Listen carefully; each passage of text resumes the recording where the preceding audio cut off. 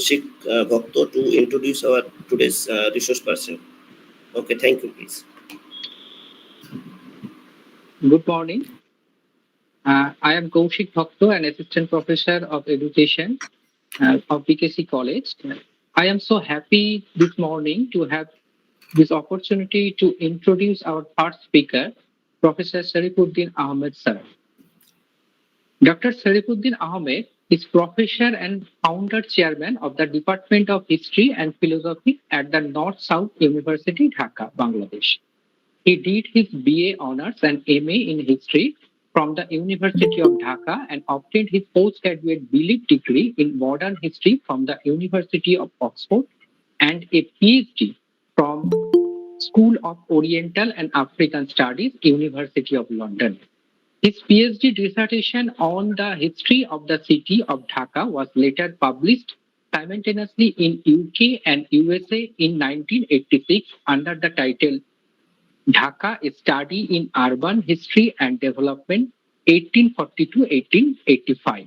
Recently, in November 2017, it was republished by the famous publishers Taylor and Francis together with Routledge Group. An eminent scholar and researcher, Dr. Ahmed has a special interest in urban history, institutional history, and heritage studies like archives, and has written and published several articles and books at home and abroad. His institutional work includes Dhaka College History and Heritage 1841 to 1921 and Mitford Hospital and Dhaka Medical School 1858 to 1947, each of which has won awards. Dr. Ahmed has also made massive efforts to carry out interdisciplinary studies and edited works with the collaboration of scholars and from home and abroad. His edited works include Dhaka Past, Present, Future, and 22 volumes on the history and heritage of the city of Dhaka, published by the Asiatic Society of Bangladesh. His latest edited books include 2 volumes of Dhaka বিশ্ববিদ্যালয় ইতিহাস ও ঐতিহ্য 1921 থেকে 2021 and 50 Years of Bangladesh, a tale of a miracle, published in the Dhaka in 2022. Dr. Ahmed's other passion is the archival issues of the country. He served as the director of the National Archives and Library of Bangladesh for 10 years. Among his various organizational activities, he was also the General Secretary and President of the Bangladesh Historical Association. He is now the President of Itihash Academy Bangladesh, as well as the President of Bangladesh Archives and Records Management Society. He is currently involved in founding the North-South University Archives. So without further delay, now I would like to request Professor Ahmed sir to start his insightful talk. Thank you. Thank you very much, Kaushik, and good morning to you all. I'm very delighted to see so many people attending this workshop, and it's a very important workshop. And I hope there are lots of people who would be carrying out researches, if not already have done so. I'm also thankful to you for this rather very generous introduction about me. Basically, I'm still a student of history and also learning a lot about researches and especially the materials that we like to use from the archival resources of South Asia. Now, I'm not sure, sorry, can you please help me to know how much time I have for this lecture? Sir, 1 hour 30 minutes. 1 hour 30 minutes. So yes. It is Bangladesh time 11:07. So I'll be carrying on up to 12:30 or something like that. Okay. Yeah. Yes, please sir. remind me when 10 minutes left or something like that. You can remind me even now and then. I'm not sure whether I'll be able to show you the slides. Otonu Dotto is supposed to help me. Otonu, is everything okay?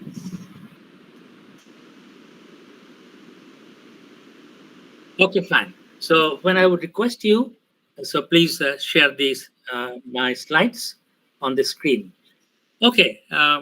Once again, as I said, that thank you very much for inviting me, and this is a very exciting kind of academic and research sessions, and I'm also very happy that Kalinagar Mahavidyalaya has been doing this great thing.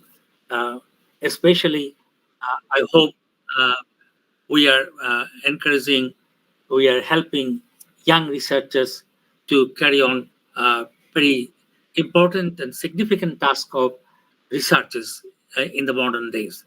Uh, we all know that we have entered into a new world now, so uh, research, etc., cannot be done in the traditional manners. All these artificial intelligence and chat GDP and all these things are now encroaching upon our old style days of carrying out researches, etc. And so many young people will be tempted to uh, take help of these artificial intelligence and other things. Uh, Otto, can I request you to start with the first slide, research methodology, the research methodology. Okay, so if you can share the screen. Uh, okay, so as I say that, I don't know how many young people are here. So I would request all of my young people that, do not uh, become a prey to this new technology. We welcome the new technology.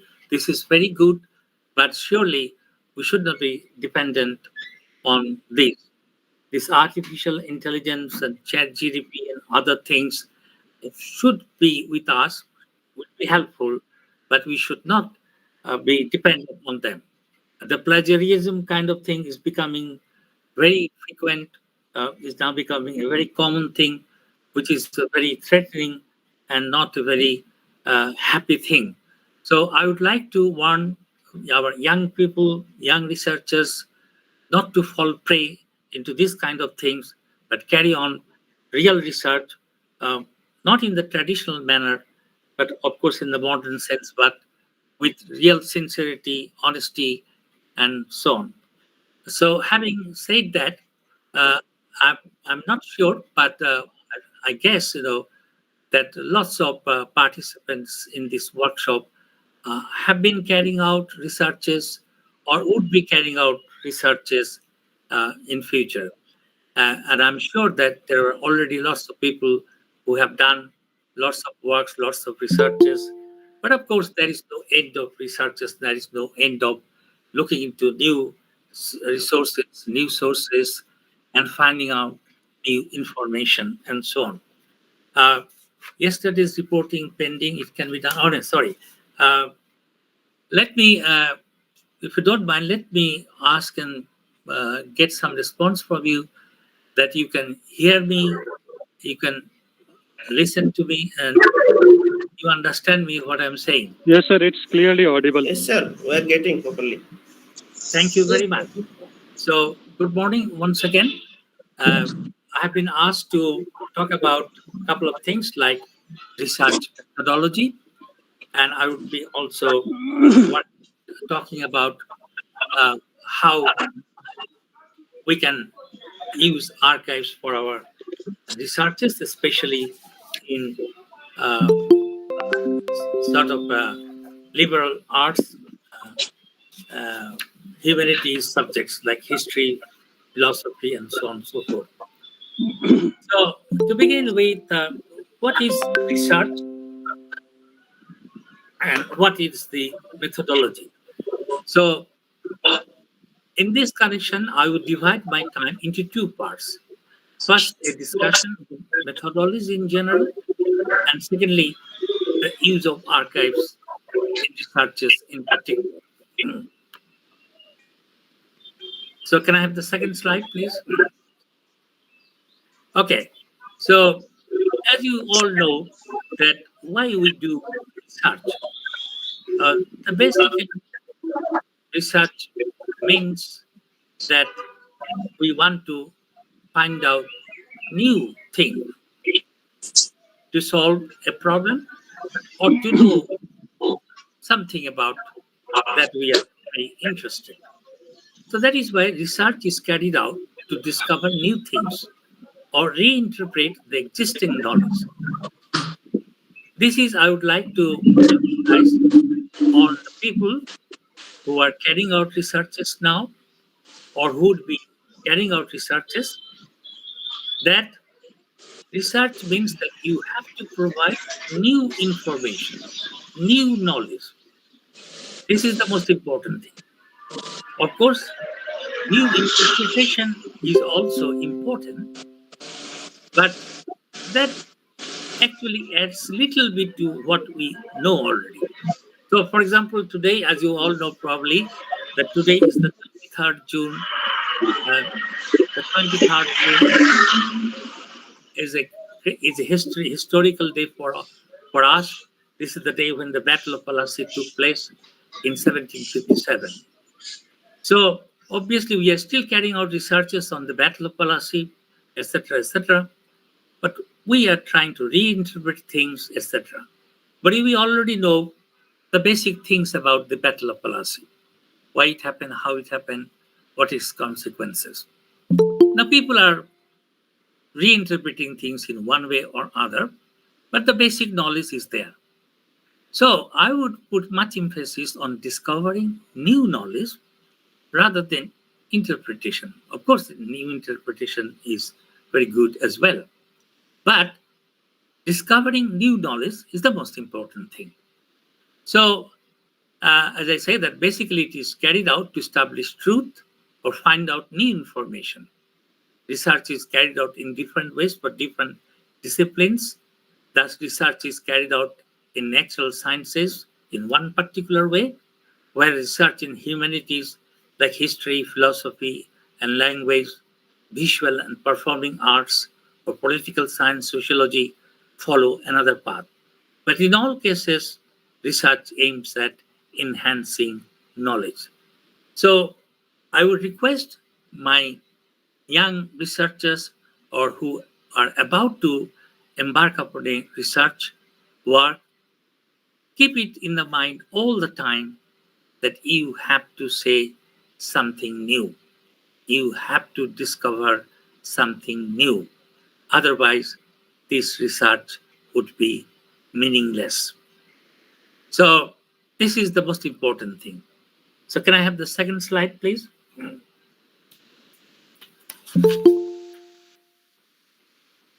So, of course, we all face this problem when we started our research work. Naturally, say for example, in my days, there was nothing like this. We have today is a workshop, international workshop, exchanging ideas with lots of different people. This was unthinkable in our days, several decades ago. Today, the door is open. We can have access to many people, to many institutions, just like that. So there is no way of escaping the fact that when we carry out research, it must be adding new knowledge. Now, you must know how to do these things. This is the methodology. Unless you know how to do it, then obviously you will not go anywhere. And especially if you carry out a research in humanities, say for example in history, oh dear, this is almost would be jumping into the ocean and not knowing what to find from the ocean and where to go, etc., etc. So that is why a methodology is very important. So methodology is the systematic theoretical analysis of the methods applied to a field of study. It comprises the theoretical analysis of the methods and principles associated with the branch of knowledge.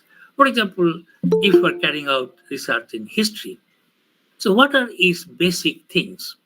What is this all about? So you must know the subject. What does it for?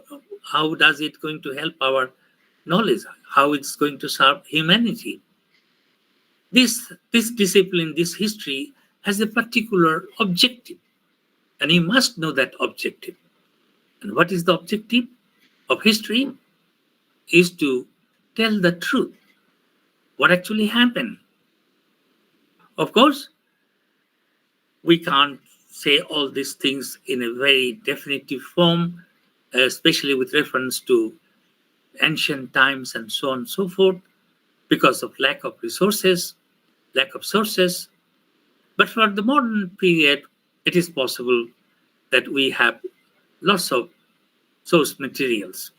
So history requires that you shall be telling the truth. And this is the most important thing. And unless you can provide us the truth, your research, etc., would be useless. So, and of course, as I said, that different branches has different ideas, etc., as far as history is concerned, because history, my field, its basic aims and objectives is to tell the truth, is to find out what actually happened so that we can learn from it and be prepared for facing the future. And also, typically, these kind of things encompasses concepts such as paradigm, theoretical model, pages, quantitative and quality techniques.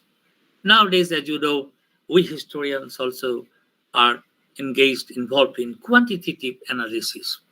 Lots of my colleagues and students have done works on quantitative historical studies, especially in terms of agricultural history, trade, international commerce, and that kind of things. So we historians are not really that much dissociated as we used to be from this kind of technical subjects like mathematics and so on. So technology is different, is changing, the means are changing, and so on and so forth. So can I have the next slide, please?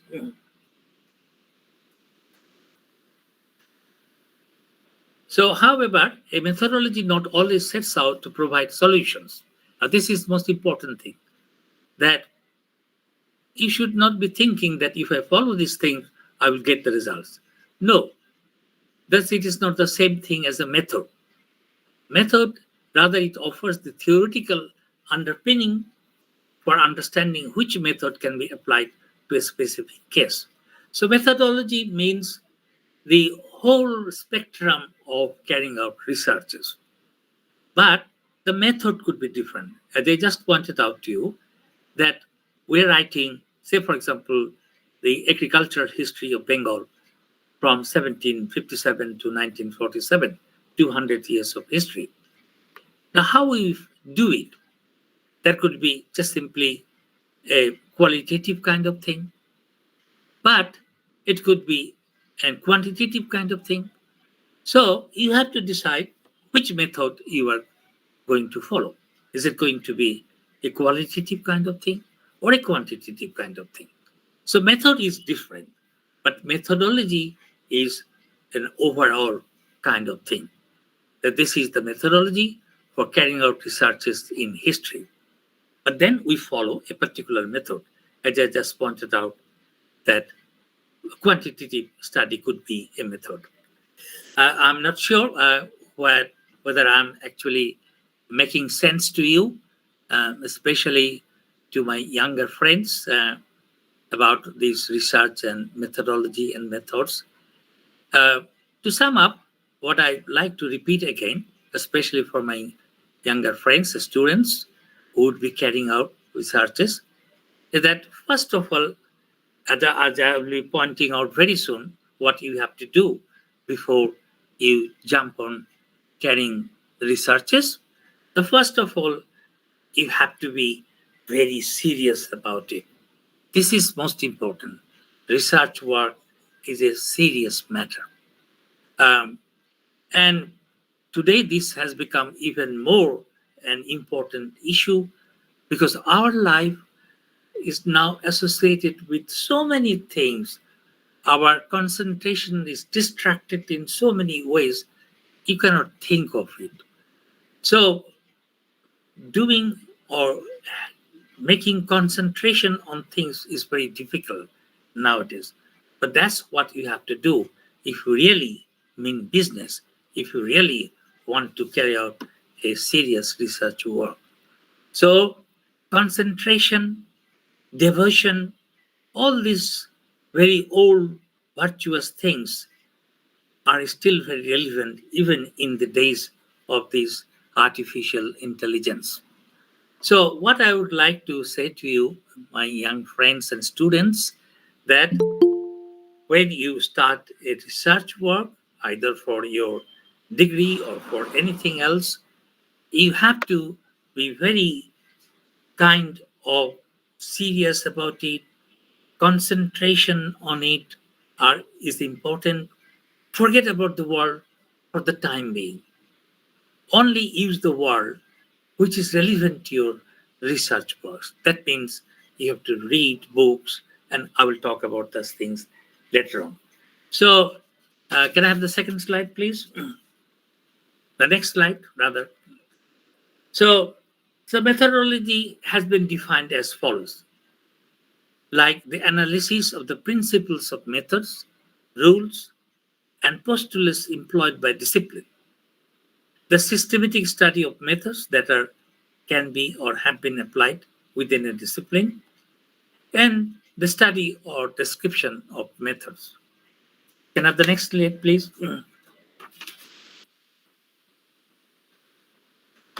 So, methodology is the description of method or methods used in research. That's what I'm again saying. Methodology is one thing, methods are another thing.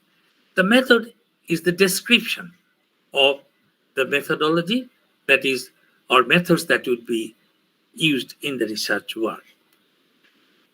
The methodology focuses on the nature and kind of processes to be followed in a particular procedure. It aims at the employment of correct procedure at research. Methodology must not be confused with method. I already told you about that, which implies the series of steps taken to arrive at a solution or to draw inference. So method is a different thing. And methodology is rather a overall kind of situation. So the next one, please. So this is a typical kind of research methods, how you started, establish context, select and design research methods, undertake research, and all these typical kind of things. The next slide, please. Now, this is the most important thing, and I repeat, this is the most important thing for the would-be researchers or people who are already engaged in it, and of course the supervisors and etc. etc. This is my experience that unless you choose a subject properly, you might end up in lots of problems. It happens sometimes that we teachers, supervisors, ask our students to carry on a research on a particular subject about which the student might not know anything. Usually the students think that if they do not agree with the supervisor, there might be a problem in the future. But I think that is a very wrong kind of attitude. Even if you have to disagree with your supervisor, please do so in a polite manner that, sir, I don't like this subject, or I won't be able to do good in this subject. My interest is there, where, etc. So obviously, each one of us will develop an interest as we go along with our studies. Suppose we are a student of history, then obviously when we study history, somebody like to know more about the cultural history of a country, of a people, or might someone be interested in economic, arts, even some people might be interested in the political history of a country. So it is not the fact that all of us like all of the things. No, each of us has a fascination for one particular kind of thing. And you should carry out your researches in this field where you find you have interest, you like. Even it may not sound very serious kind of things. Suppose if you are interested to know the artistic qualifications or genius of the potters of our country, how the potters developed these all kinds of things in an artistic manner. This may not be very a significant thing, but it is interesting because after all, the potters are also some kind of artist, and they have been serving us people. They have been providing us things according to our likings, according to our taste for centuries. But probably hardly nobody has done any research work how the potters of our country develop their art in producing these kind of things. So what I'm trying to say that choosing a subject is the most important thing. Unless you choose a subject with which you are very much familiar or which you like to cherish, you must carry on research in those kind of fields, not in a field which you don't like or which someone has suggested that you should carry out a research in that field. So this is my experience, of course, and my request to young people, or for that matter, anyone who would be thinking of carrying out a research work, they must choose a subject very carefully, and this might be of two kinds. That is, one is your liking, and secondly, might be a serious matter. Say, for example, we feel that in Bangladesh today, there is a kind of a moral decline among the young people of our country. Why and how it is happening? This is a very important subject, issue, and this has had a history. So a history student can also look into it, that what is happening to the youths of Bangladesh. And this, if we can really find out that this is the reason, then of course this will be a great thing for our government, for our people, for our parents, for our universities, and so on and so forth, to adopt corrective measures so that this moral decline of young people do not continue. And as you all know, the young people are the future leaders of any country. So unless the youths are properly raised, there is no future of a nation or a country. So this is a very interesting but a serious matter which you may not like, but you might be carrying out because this is the importance is significant. So choosing a subject, one must think about these two things: the significance of a topic, of a thing, and of course your liking. So this is, I would say that very important. But then how you do it, etc., etc. In doing these things, of course, in picking up a subject, you have to do a lot of study yourself, a lot of discussions with your teachers, friends, and so on. And of course, there will be a lot of reading things about your subject or anything related to your subject. So what I'm trying to say briefly, that choosing a subject for research is the most important thing, is the key thing. And I find, to in a sense, regrettably, that many of our young researchers are simply carrying out researches because their supervisors have told it that you do it, or they're just simply following a subject which they found that others are doing. So you will see that dozens of people are doing the same kind of researches all over. But that is not really a good thing. So I would suggest that the teachers, the seniors, etc., must encourage the younger people, the new researchers, to pick up subjects which they like, to pick up subjects which is very relevant in our today's life and maybe in the future, so that the research works does not become a not a very significant product. The research product must be a very significant product. So other aspects of research work. Um, uh, Finally, I would like to say this kind of thing, that above all, research has to be remembered. It has to be remembered that research work is a noble task which will benefit the mankind and the environment in which we all live. So research is not just simply a game, but is a serious matter uh, for our own life and for the future of this planet. Now, regarding this choosing a subject, can I have the second slide? Next slide, please. There are few things that the young researchers, the would-be researchers, look into it.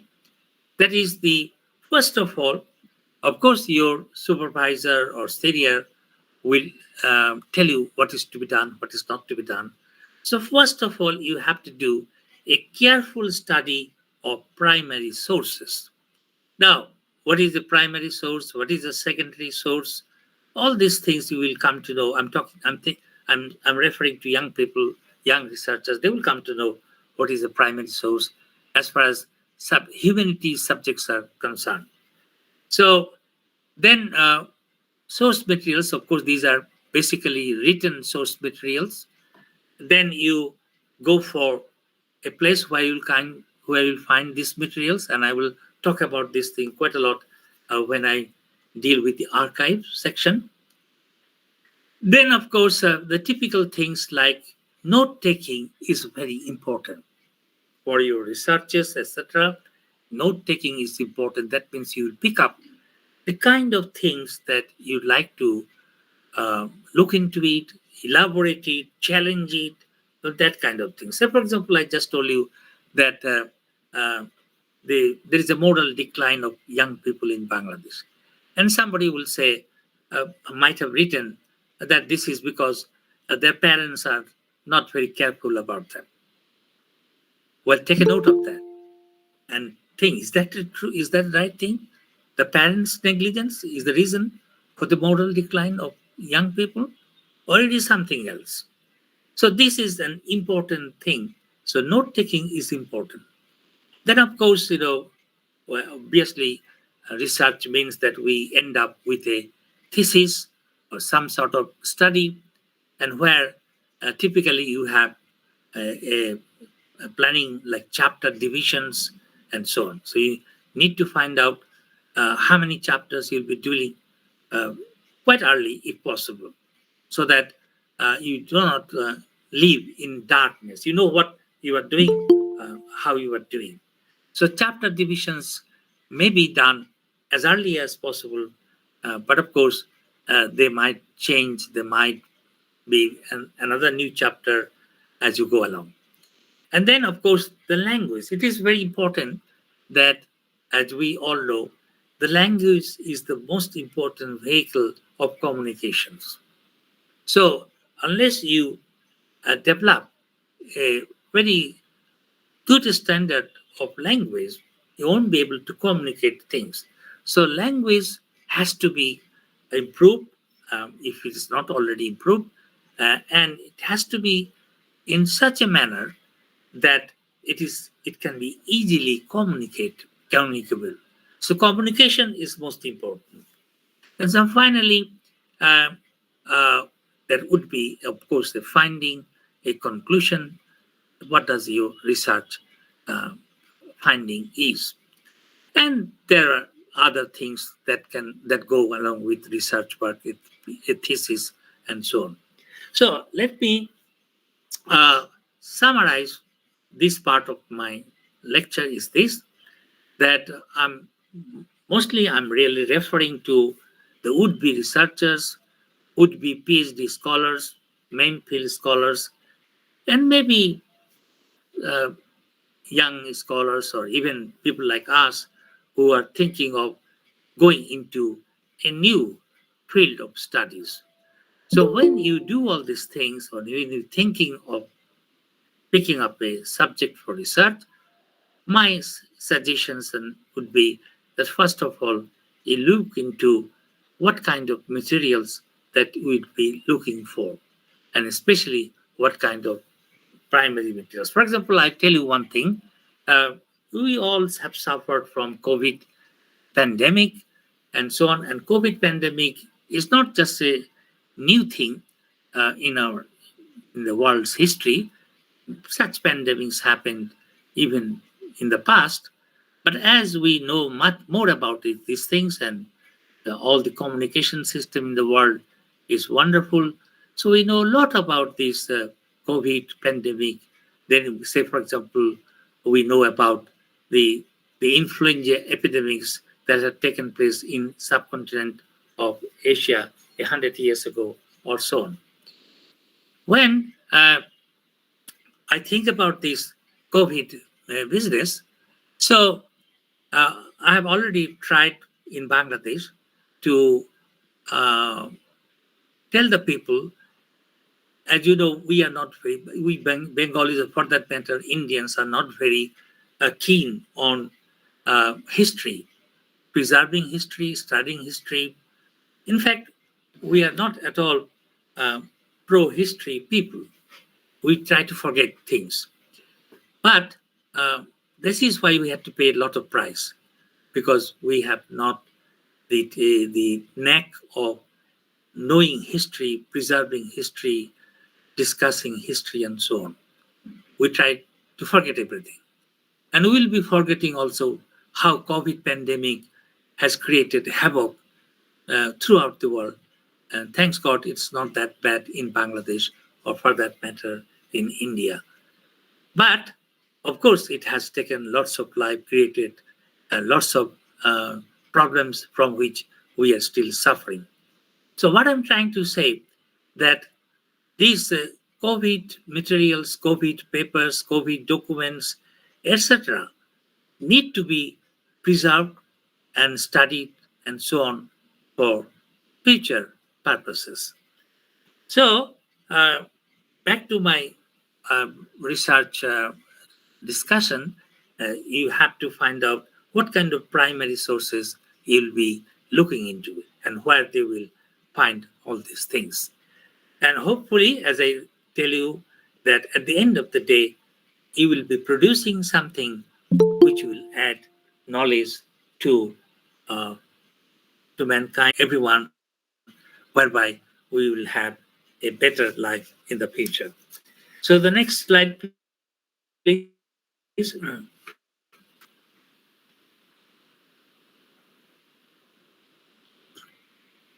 No, the next slide, please. So after all these things, what I'm now trying to say is that a few technical kind of things, like, careful study of primary sources, selection of proper archives and libraries. This is very important. As you know, in humanities, source materials, etc., are preserved, kept in many different places. So you have to find out.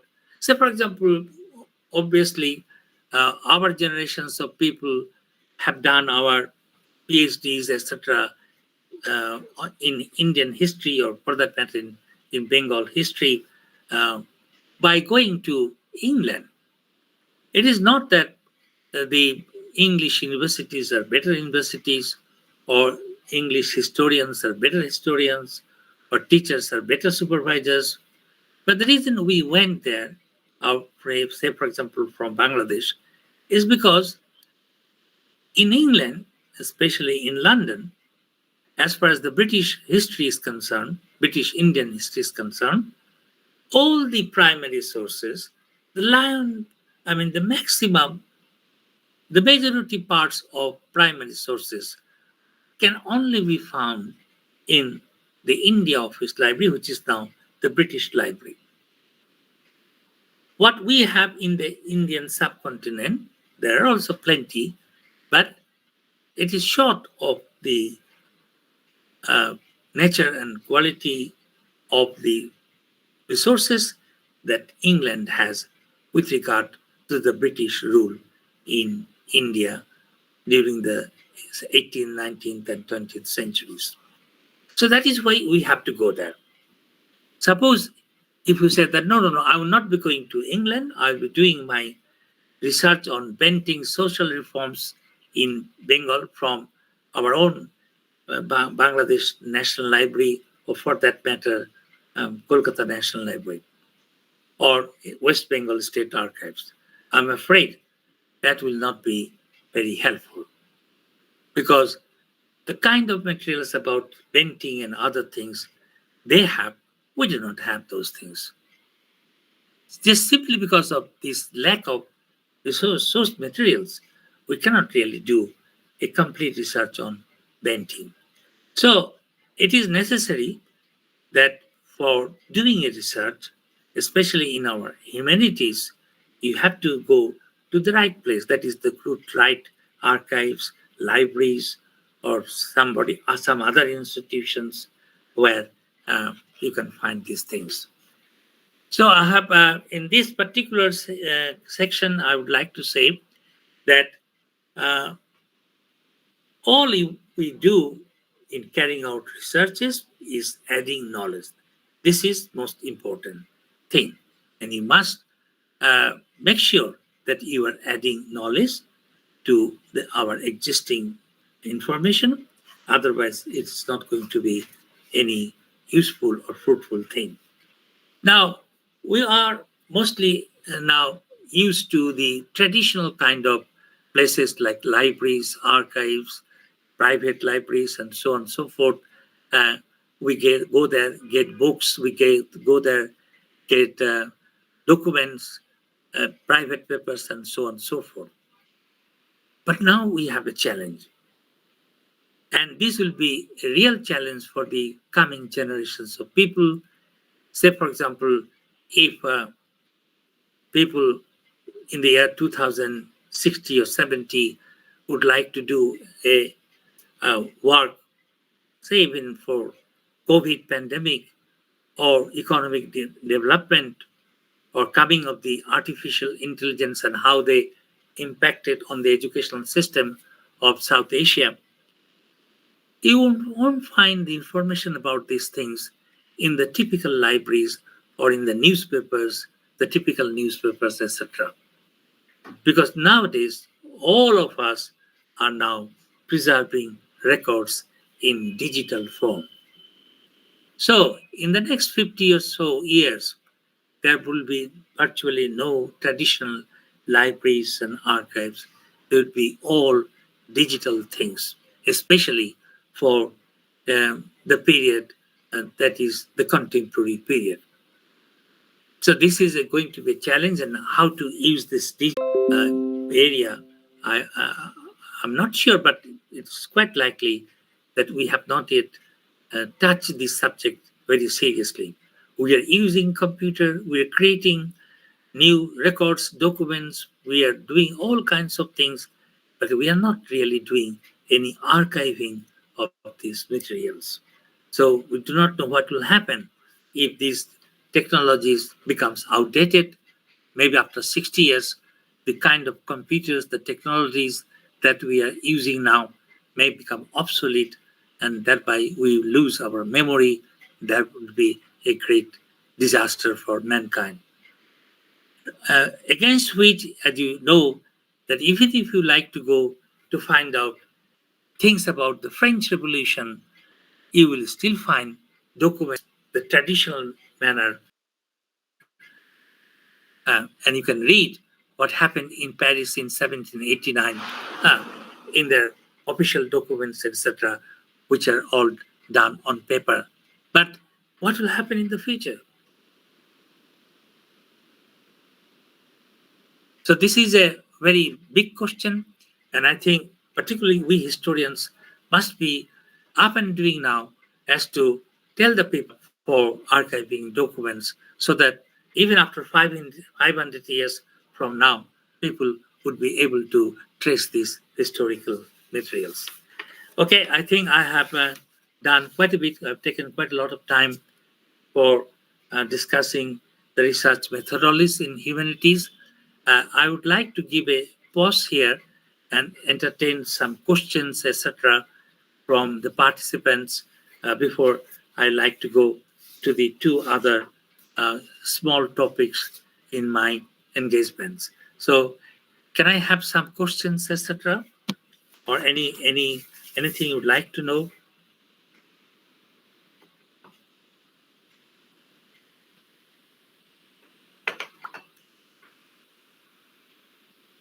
Any question? Anything?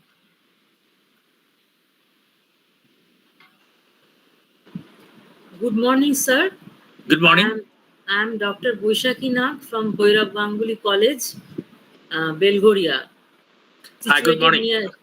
Situated near Kolkata. Oh, fine. Sir, thanks for your wonderful lecture.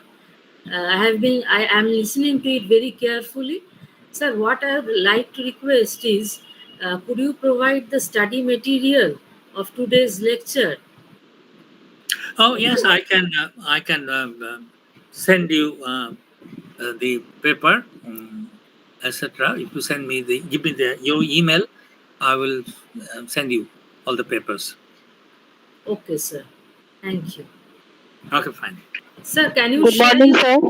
Sir, Good can morning. you share? Sir, I have one question, sir. Sir, Yeah. can you share your email ID with us? Yes, of course, I will do that. No problem. Okay, sir. Thank you. Good morning, sir. Yeah.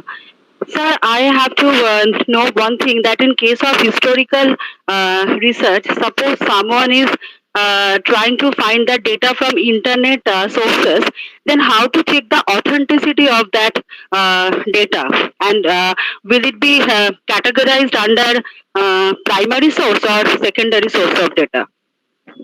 Well, this is $1 million question. Really, we don't know what is to be done with these kind of things. But if we follow the traditional kinds of things, as far as the history is concerned, etc., there is a law that, all the documents of the government, etc., etc., even if we nowadays live in a democratic environment where I can ask my government, my minister, to give me whatever information I want, and he or she is bound to do that, because we have in Bangladesh the Right to Information Act. But even after that, there is also a law, is archival law, that the government is not supposed to give you information about any government policy, etc., etc., until it is 25 years later. So this 25 years later is still the law of the country all over the world. Though, of course, as I say, that we have information. What is happening to Donald Trump's and what is happening to the son of the President Joe Biden. They are having access to documents contained. This is okay, but the majority still is not made public. So if you find anything on the internet kind of things, suppose there is a article on the Battle of Palasi, all right? Hmm. Internet. So you cannot take it as a primary source. So this Okay. is not a primary source. This is a secondary source, and so on and so forth. The primary sources are basically government documents as far as history is concerned, etc. They're things. That means generated by the state. That are the primary sources. Of course, the primary sources are also of another kinds of things, like all our. This is the British tradition. All the ministers, prime ministers, they keep their diaries, etc., private papers, so they become also a primary source later on, but after a certain period of time. So I would not say internet materials are primary sources, but they are secondary sources. But again, then you have to be very particular about whether you are going to accept it or not, because who is the author of these internet materials? We are not sure about it. Why they're doing it, we are not sure it. I don't know whether people have written anything to kind of celebrate today's occasion, the Battle of Palasi, and who is writing in which angle, we do not know. As we all know, there's a lots of controversies about the historiography of the Battle of Palasi and so on. So I would not say this is the primary source, but obviously this is helpful. And of course, I was telling you that there is no way of ignoring what is happening around us. You cannot ignore artificial intelligence.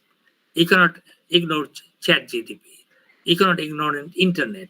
You cannot ignore all these things. But at the end of the day, what we people are trying to seek, we are trying to seek the truth in one way or other, as far as history is concerned. But it's the same with other things. We're looking for truth, we're looking for new knowledge, etc., etc. So we have to be careful about these things. Okay, Thank sir. you. Okay, sir. Thank you. Okay, if there is no other question, then I would like to move on to two other small issues, but very close to my heart, is the archives and how archives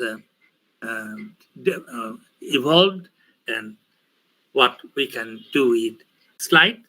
And go to the next one, maybe under the title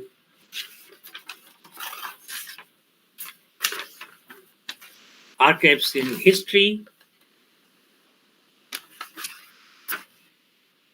Can you hear me? Just the other, no, not this one.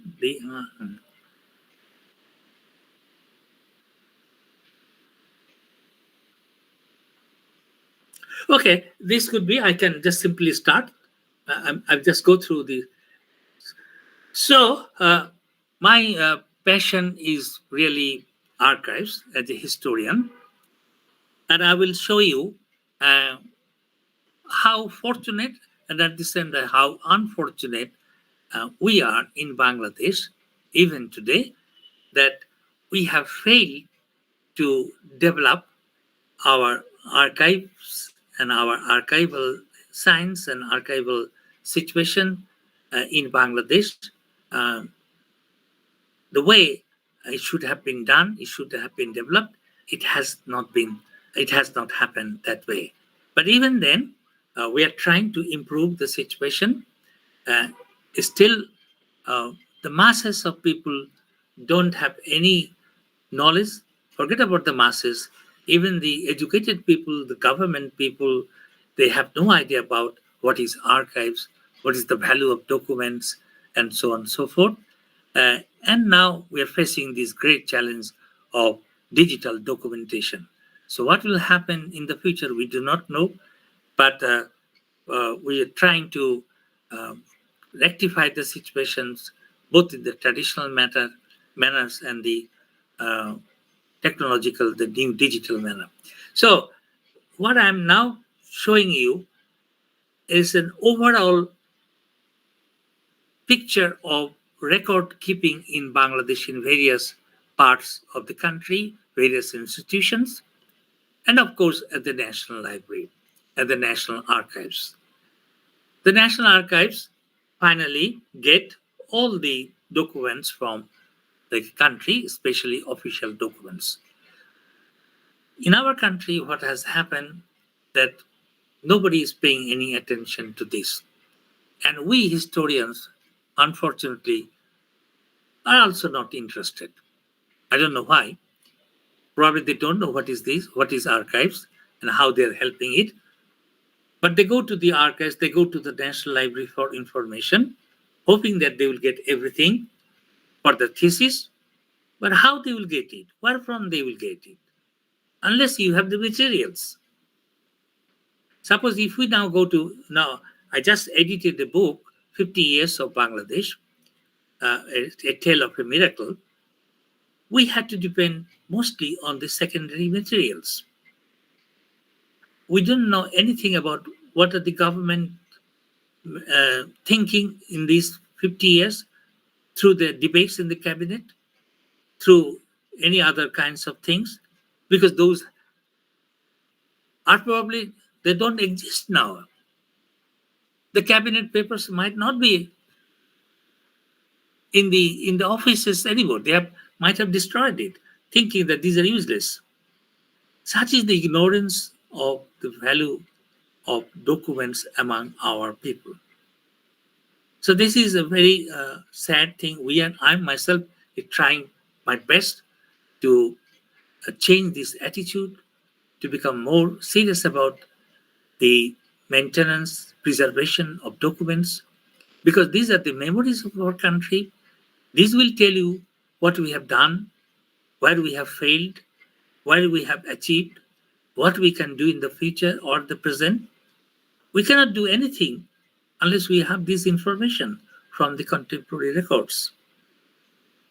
But anyway, I will tell you the situation. Can you just go to the next? These are some of the old record rooms of our various districts of Bangladesh. Just see how they have kept the records. Just simply dumped them thing. Well, thanks God they have not yet put them on fire or threw them away. They're still preserving them, but not really in a typical archival manner. They're just simply dumping. So next slide, please.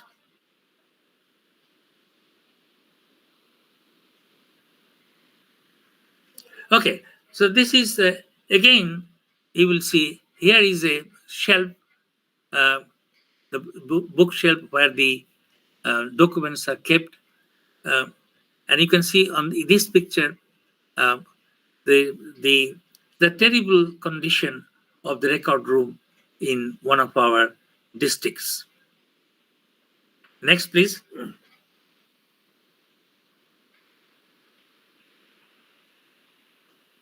Next. Okay, so let me tell you that we historians, when we go for our researches, we usually end up in the National Archives or the National Libraries.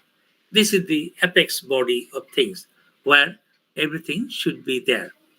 On the left is our new National Archives of Bangladesh, and of course on the right is National Archives of India. Now, I do not know how much experience you have or acquaintance you have with the National Archives of India or National Archives of Bangladesh, but I can tell you that they have plenty of documents, etc., but probably not kept or preserved in the way that the Western countries, Europe, Americans are doing. So there is a lot of things to catch up for us to make our archives, the traditional archives, most modern. We can take lessons from the European, even Malaysia, countries like Malaysia, Singapore are doing much better than, unfortunately, we in South Asia. The next slide, please. Well, I'm not going to talk about all these things. What is archives, archival science, you all know. Just one thing I would like to say, that how it is sometimes quite uh, it, it looks amazing to me that all this great knowledge of human civilizations and culture has originated from a small country in Europe, and that is Greece. You can see that all our modern day things, including democracy, have originated from Greece. So is the idea of archives. It originated from Greece. It is there who the people realized that they should keep the documents as memories of the nation so that the future generations would learn from them. So next slide, please. Well, these are the simple things, how archival documents help us the present to know the present and the future. Next, please.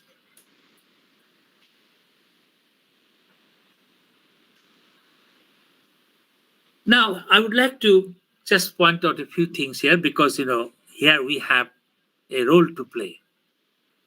It's a long story. I'm not going to talk about this long story. Unfortunately, as I told you before, that we South Asian people do not have any sense of history. Even today,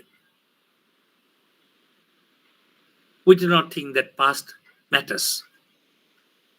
And so, our archival practices in South Asia in the old days, though some people kept some kind of records, but it never developed into a science, a practice, a part of governmental institutions, and forget about preserving the memory of the country.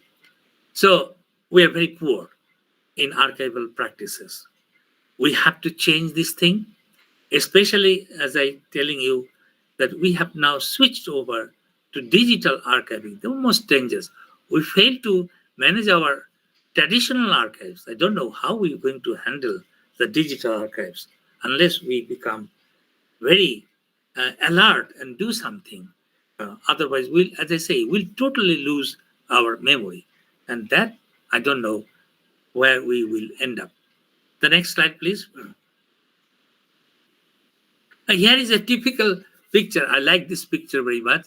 This is how our Muhafiz Khana, all the files are around the guy who is sleeping, the man in charge of the Muhafiz Khana. This is the kind of seriousness we put into this thing. Anyway, we are not very careful about these things. Next, please. Well, as I say, what we have now as archives, etc., all started from the British period. And you know that story, especially the Kolkata people know it very well, how the Writers' Building record room developed, and finally National Library also became a part of archives of West Bengal. You all know that. But all these things happened during the British period. Even as they were outsiders, they were colonial powers, they were only interested in preserving documents which interest them. So that is why on various occasions they have destroyed, burned, and just got rid of many documents which they thought was not necessary, but which might have been very useful today for us to learn our society, to learn our people, to learn our culture, and so on. Next, please. So these are some of the documents, very recent documents. Old means maybe just 50, 60 years. For example, we have a document like in Dhaka National Archives. What is the rickshaw fare of Dhaka city? Okay, next, please. So as I told you, the archives are memories of nation. And what I would like to request all of you, just simply do not become a very kind of a elite historian, as if you are something. you are not interested in this kind of dirty works like collecting and maintaining and preserving records, which we think that this is not our job. This is the job of petty clerks and etc. No, I think we should change our attitude and get us involved into helping our government, our nation, to preserve our records and documents, which are the memories of our nation. Next, please.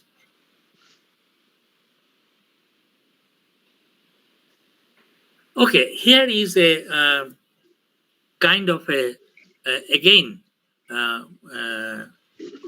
attention to our would-be researchers or who are carrying out researches today. When they go to the archives, how to use these archives materials.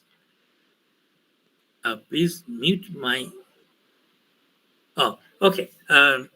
So what would you go when you go to the archives? Obviously, if you go, for example, to the British Library or the former India Office Library, as I say at the beginning, that you will be just simply facing a sea, an ocean, a vast ocean. And how are you going to find out your pearls, মুক্তা? এই সমুদ্রের পানির মধ্যে থেকে আপনি আপনার মুক্তা কি করে খুঁজে পাবেন? আর মুক্তা পাওয়ার জন্যই তো আপনি গবেষণা করতে আসছেন। So really, when you go to see, to consult archives like in British Museum, this is a really daunting task. So fortunately, these people have all kinds of things which help you. For example, there is a guidebook of archives, the index of records, the volumes of records subject-wise. Say, for example, I was talking about COVID. There are many COVIDs in the past as well. Not COVIDs, influenza, smallpox, and so on. And they have also records filed under public health documents. And you will see all these things are there, classified and arranged. So if we're looking, for example, the influenza epidemic in Kolkata during the last century, or anything like that, you will go and look into the index volume of records, and you will find what volumes you are supposed to know. Of course, we all of us done it, but this is really a vast ocean, and these helping kind of things help you quite a lot. But obviously, you have to pick up your own ideas, techniques, ways as to how quickly you can have access, all these things, then find out your materials.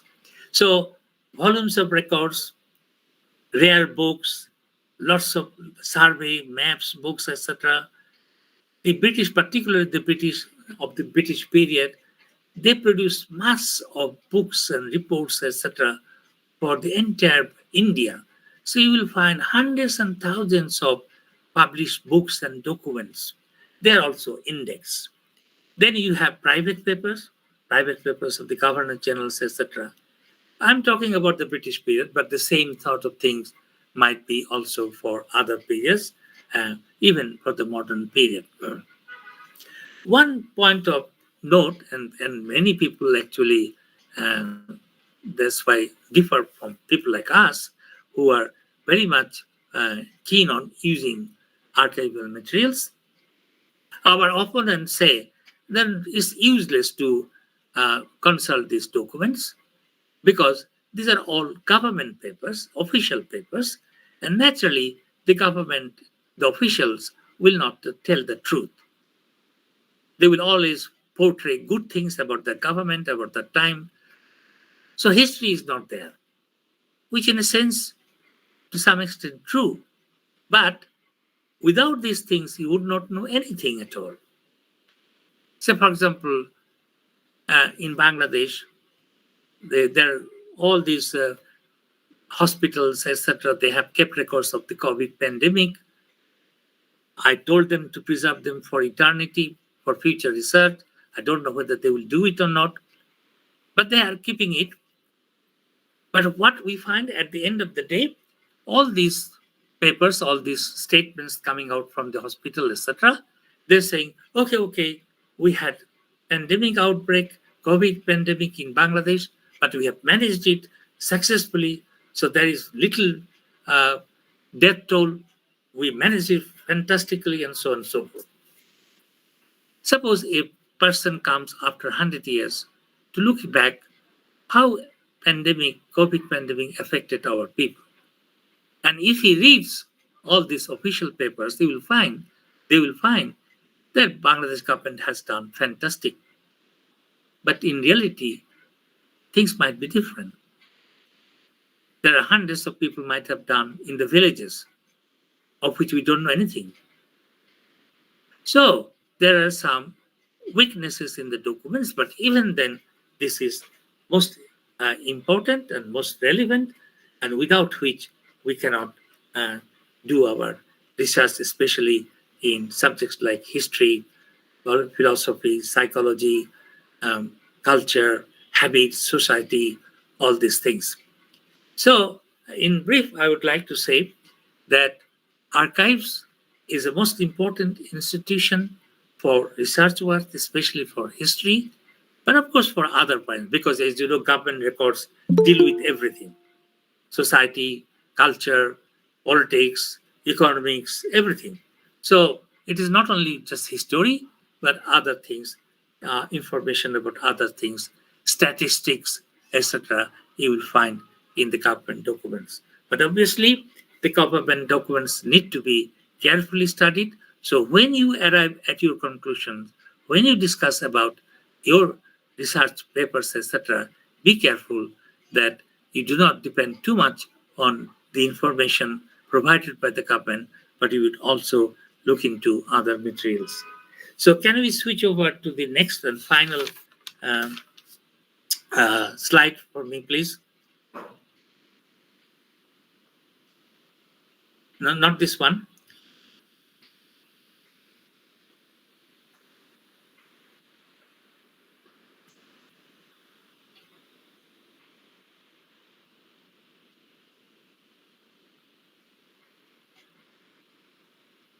This is all about the modern archives. Okay, I mean, actually, I don't know whether I can share from here. Let me try from here.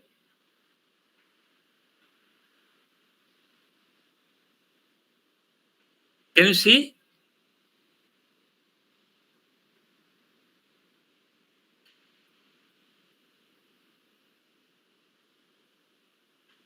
আমি mail করেছি কিন্তু। আচ্ছা, never mind. এটা আমি just আর কি just let me just tell you. Just listen to me. You don't have to see that. This is once again an appeal to all my colleagues, especially historians, but everybody, that you know, archives is a term is still not very familiar in the South Asia. যদিও আমাদের এখানে মহাফেজখানা বলে একটি শব্দ অতি প্রাচীন, কিন্তু এটা সম্পর্কে আমরা বেশি পরিচিত না। সুতরাং আমাদের আর্কাইভসটা এখনো একটা অপরিচিত জায়গা, এবং এটা এই অপরিচিত থাকার কারণে আমরা বর্তমানে থেকে নেগলেক্ট করতেছি খুব, এবং আমরা সত্যিকার অর্থে আর্কাইভস গড়ে তুলতে পারতেছি না, যেটা ইউরোপিয়ানসরা সেই ফরাসি বিপ্লবের সময় যখন ফ্রান্সের লোকেরা সমস্ত কাগজপত্র পুড়িয়ে ফেলতেছিল, কারণ এই কাগজপত্রগুলো হচ্ছে তার জমি জমার কাগজ, আর এই জমিদাররা রাজারা তারা ইচ্ছা করে নিজের মতো করে জমি জমার দলিলপত্র তৈরি করে কৃষকদেরকে এক্সপ্লয়েট করতো, কৃষকদেরকে অত্যাচার করতো, এবং কৃষকরা বুঝতে পেরেছে যে এই দলিলগুলোর জন্যই তাদের আজকে দুর্ভাগ্য। তাই যখন ফরাসি বিপ্লব শুরু হলো, চারিদিকে একটা ক্যাওস শুরু হলো, তখন তারা এই জমিদার এই পেপার এই সরকারি দলিলপত্রকে পুড়িয়ে দেওয়ার জন্য একটা চেষ্টা করলো, যাতে তারা এখান থেকে মুক্তি পায়।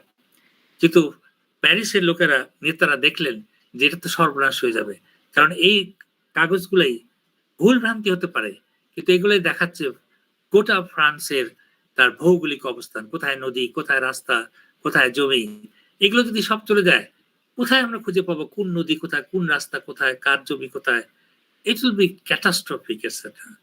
তখন তারা করলো কি, তাদের সাপোর্টারদের বিরুদ্ধে অ্যাকশন নিয়ে এই সকল কাগজপত্র তারা সেভ করে এটা নিয়ে আসলো প্যারিসে। তখন থেকেই তৈরি হলো জাতীয় ন্যাশনাল আর্কাইভস এর যাত্রা। সে তখন থেকে তারা বিশেষ করে ইংল্যান্ড, ফ্রান্স, জার্মানি এন্ড অধুনাকালীন আমেরিকা যে ট্রিমেন্ডাস ডেভেলপ করেছে আর্কাইভস এর, সেটা দেখার মতো, চোখ জুড়িয়ে দেওয়ার মতো। আরেকটি কথা আমি নতুন করে একটু বলতে চাচ্ছি, যেহেতু আমি বর্তমানে নর্থ সাউথ ইউনিভার্সিটিতে এখানে একটা আর্কাইভস করতে চাচ্ছি, এটা বাংলাদেশের জন্য সর্বপ্রথম আর্কাইভস হবে। এটা আমি অবশ্য অনুপ্রাণিত হয়েছি, আমি যখন অক্সফোর্ডে পড়তাম তখন দেখেছি আমার কলেজে সমস্ত ইংল্যান্ডের বহু বিখ্যাত বিখ্যাত ব্যক্তিদের তাদের ব্যক্তিগত প্রাইভেট পেপারস আমার কলেজের লাইব্রেরিতে, কলেজে আর্কাইভসে ছিল। হ্যাঁ, সেটা সেই ব্রিটেনের ইতিহাসেরও একটা অংশ হয়ে গেছে। তো তেমনি ভাবে আমি চাচ্ছি যে আমাদের, যেহেতু নর্থ সাউথ ইউনিভার্সিটি বাংলাদেশের প্রথম প্রাইভেট বিশ্ববিদ্যালয়, এটার ভবিষ্যৎ কি হবে, কিভাবে এ দেশকে অনুপ্রাণিত করবে, তার জন্য এখানে একটা আর্কাইভস করা দরকার। সেই কাজই করতেছি, যে কাজটা already universities like Oxford, Cambridge, Harvard, they have done it in the old days, অনেকদিন করেছে এবং বিখ্যাত হয়ে আছে। তো আমরা একদিন করব, আপনারাও আপনাদের বিভিন্ন ইউনিভার্সিটিতে, কলেজে এগুলো করবেন, আপনাদের নিজেদের ডকুমেন্টস রাখবেন, একই সাথে আপনাদের এলাকার ডকুমেন্টস রাখবেন। শুধুমাত্র আমরা কেন্দ্রীয় সরকার বা সরকারের উপর ডিপেন্ডেন্ট হয়ে দেশের মেমোরিকে, দেশের ইতিহাসকে প্রিজার্ভ করার দায়িত্ব তাদেরকে দেব, আর আমরা কিছুই করবো না, এটা তো হতে পারে না। আমরা নিজেরাও চেষ্টা করি আমাদের এই ইতিহাসকে সংরক্ষণ করার জন্য, নিজেরাই করি আমাদের নিজেদের আর্কাইভস। তাই আমার একটা স্লোগান এবছর আমি নতুন স্লোগান দিয়েছি, সেটা হচ্ছে প্রত্যেকটি প্রতিষ্ঠানের তার নিজস্ব একটি আর্কাইভস থাকা দরকার, থাকা উচিত। Okay, so thank you very much. This is the end of my lecture. So what I have done, I have talked about research methodologies. I have talked about archives, the most important source of information, documents for carrying out researches in history. Of course, you can carry on research in other subjects as well. And I have also talked about the institutional development of archives, especially in the West. আমরা দেখে বিস্মিত হই, আমরা খুশি হয়ে যাই, আমরা বড়াই করে কথা বলি যে আমি ব্রিটিশ মিউজিয়ামে কাজ করেছি, অমুক আছি, কিন্তু আমার বাংলাদেশে, আমার ঢাকা, আমার কলকাতাতে কেন এরকম হবে না, আমার দিল্লিতে কেন হবে না? দিস ইজ মাই প্রশ্ন। এই প্রশ্নটাই আপনাদের কাছে তুলে দিতে চাই। একই সাথে তুলে দিতে চাই যে আমাদের প্রত্যেকটি নিজস্ব প্রতিষ্ঠানে আমাদের মতো করে আমাদের একটি স্মৃতি থাকবে, সেই স্মৃতি হবে আমাদের প্রতিষ্ঠানের আর্কাইভস এর মাধ্যমে। So let us build institutional archives for all of us, and thereby we will not only preserve our memory, but we will also enrich our nation, will become a much more advanced and knowledgeable and kind of a caring society than what we are today. So thank you very much. I would now entertain all kinds of questions, discussions, etc. I'd like to hear from you. I really tremendously eager to know how you people thinking about in the Western Bengal, in West Bengal, how are you thinking about your researches, what you are doing, and what you will be doing in the future in the age of artificial intelligence. Please let me know.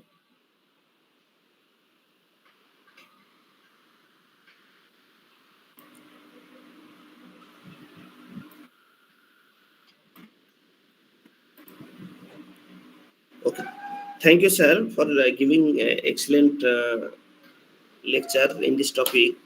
Now I would like to request all the participants to ask any question, any clarification, and doubts.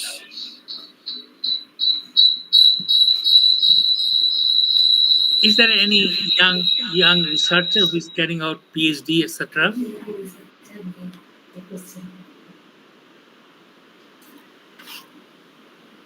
কেউ কি এই মুহূর্তে PhD করতেছে? হচ্ছে জাহারুল হক PhD করতেছে ওলানি তো হচ্ছে ভাই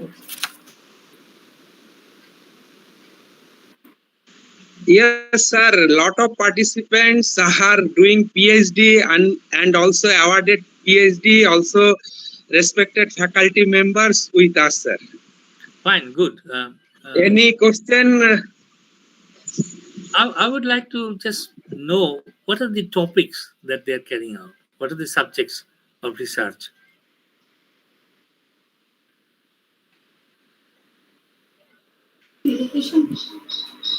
Any?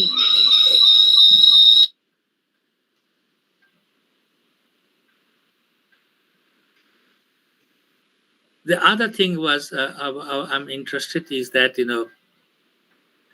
how many people are carrying out researches on the urban life, the cities and towns of West Bengal, or for that matter, India. Sir, good afternoon, sir. Good morning. Sir, myself, Dr. Muhammad Jaharul Haq from this university, Baba Saheb Ambedkar Education University. I believe most of the participants, they are not asking any questions and doubts. I believe that most of them are from different background. I believe that very few or very less will be from history background. So today's topic is very relevant and important, definitely. But it doesn't matter whether they're carrying out in statistics, in physics, in chemistry. I like to hear. It's not has to be history only. Yeah, definitely. But this will be more effective for history students. Myself, Of course. So But that's why I believe that they have very less or no clarification is required. That's why. Shall I proceed? yeah, please go ahead. Yeah. So thank you, sir, for giving excellent and enlightened us regarding archive and research methodology. You have clearly mentioned about archives in importance of archive in social science subject, especially in history, in present time, in modern scenario. This is very important, and I believe that as a history student, uh, in digital time we are we are giving very less focus on primary sources, and you have mentioned about the importance of primary sources in research, especially and the importance of archive, because in this time preserving the documents and preserving the historical materials, this is very crucial and very important to know about our past, to know about what already have happened. And in your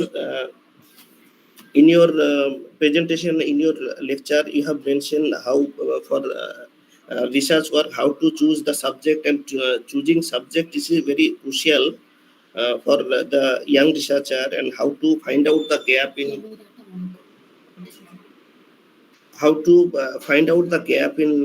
the reviews which are already available in our uh, digital time, or as well as in our library system. And you, in your lecture, you have mentioned about the selection, how to select proper archive and library, because the resources are there, definitely resources are there. Preservation of documents, it is there, but how to find out the these documents, how to find out this archive, this is very crucial, because we are less aware about the fact that from where we can get the information, from where we can get the archive.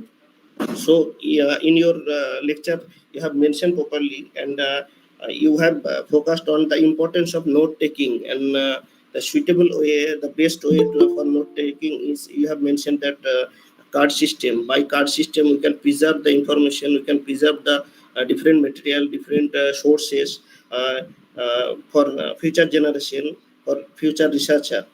In last part, you have mentioned we believe that in our country also we are lacking of this type of thing, that you have shown that the different archive in Bangladesh and the pathetic condition of archives in Bangladesh. It is not that only in Bangladesh. I believe in our country also, definitely we have developed a lot of things, but still we are lacking of this type of thing. So you have presented in different, different type of things that this is for me also sometimes it is very new and very enthusiastic for research, for to know the history, to know the past. Thank you very much again, once again, sir, for giving excellent lecture from Bangladesh. Though you are far from this country, far from this university, but we believe that by digital time we are doing this workshop in together like that. We are sitting together here. So thank you very much, sir, for giving this opportunity, for giving this giving your valuable time in this workshop. I believe that from the part of organizer, from the part of participants, we have been enlightened with your lecture. So thanks to sir. Now before going to formal vote of thanks, I will request Miss Nipa Sharma and Mr. Priyanath Burman for presenting yesterday's two sessions report. So first, I would like to request Miss Nipa Sharma to present the report of yesterday's forenoon sessions lectures. Okay, sir, I will do. Okay. Please, madam, video open. Please, madam. Okay.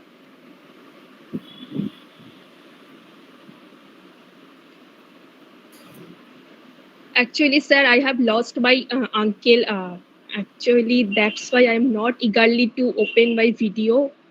Actually, I am not in a good situations. That's why I Okay, want madam. to. Okay. We are very sad for this situation. Yes, sir. Actually, that's why I'm not eagerly to do. Okay, can I start now? Yeah, please. Myself, Nipa Sharma from Institute of Education for Women, Hastings House. Today is the third day of our multidisciplinary international workshop.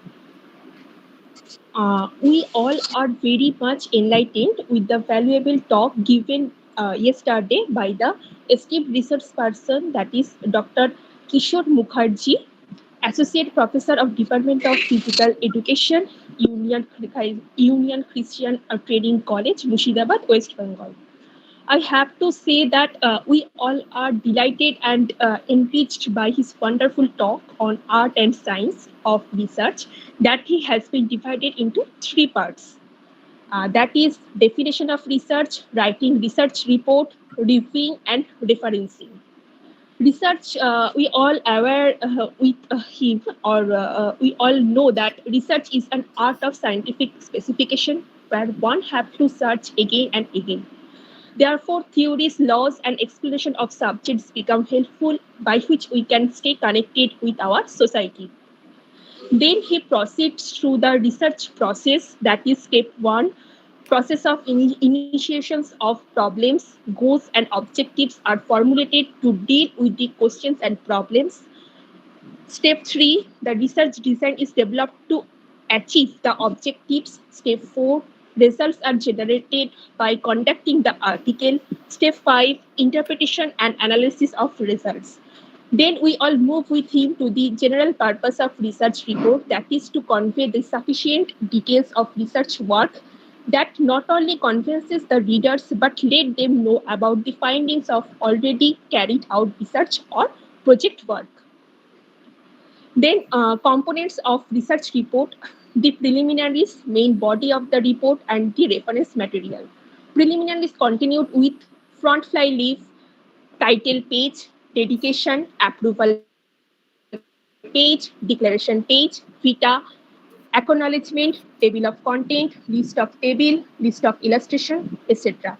And then the body of the report includes the introduction, review of related literature, methodology of procedure, results and discussion, summary, conclusion, and recommendations. We are very much enriched with reference material, that is appendix, bibliography, glossary, and backfly leaf.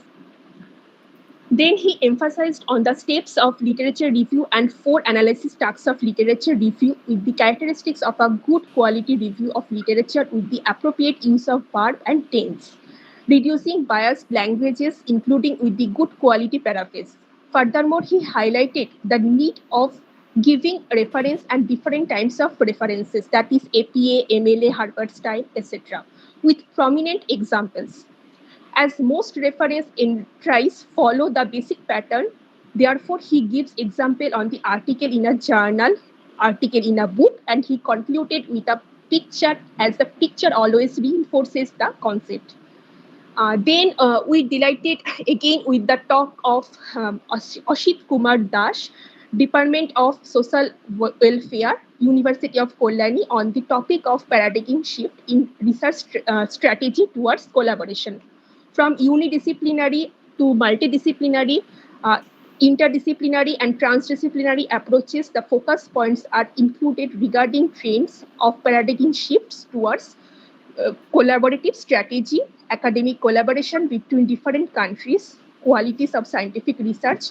Co-authorship is a vital indicator of collaboration, paradigm shifts in authorships of articles, scientific collaboration, and so on. Thank you.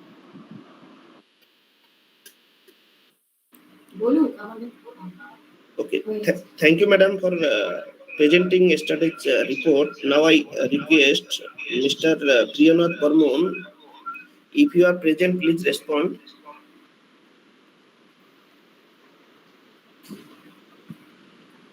I believe he is not present, so now I would like to request Mr. Pinaki Barmon for giving formal vote of thanks. Good morning, sir. Morning. Actually, now I am in college. Myself, Pinaki Barman from Dr. B.R. Ambedkar College.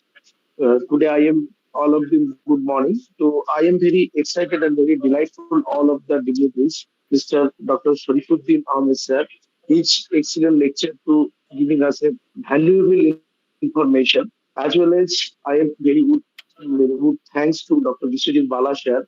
These are good coordination and associated valuable program. And also, I give thanks to Ms. Mohammad Jaharul Hafshan to give a valuable program. Especially, I assist and I give this program. It gives me opportunity, Mr. Manoranjan Bhomik, principal of Dr. B.R. VTT College, Vidyasagar Teachers Training College. I would like to big thanks to Mr. Manoranjan Bhomik sir and also the dignitaries. Thank you all of them and give the opportunity. Thank you very much, sir. Okay, thank you, sir, for giving vote of thanks. But now, I believe our first session is. Can I just one second? Yeah. Yes, sir. Yes, sir. Just borrowing 1 second. So this is now on my part to express my gratitude and thanks to all of you for taking your time to be present here to listen to my lecture. And I'm very grateful to you for inviting me. And what I would now like to say that whenever you visit Dhaka, please do come to North South University. You will be my guest, my honorable guest. So my door is open, my university's door is open for all of you. So please come whenever you visit Bangladesh. Or you can try to make a special visit to our university. If you just drop a letter to me, a mail to me, I might look into it for inviting you to visit our university. Okay, with this kind of happy note, I would like to say bye-bye to all of you. Once again, expressing my thanks and gratitude to your institution, and hopefully we will be in touch in the future. Thank you all. Thank you. Thank you very much, sir. We accept your invitation. Yes. Okay. Okay, thank you very much, sir, for inviting us in your country, and definitely we'll be going sometime. And from the part of our university, we are inviting you for future.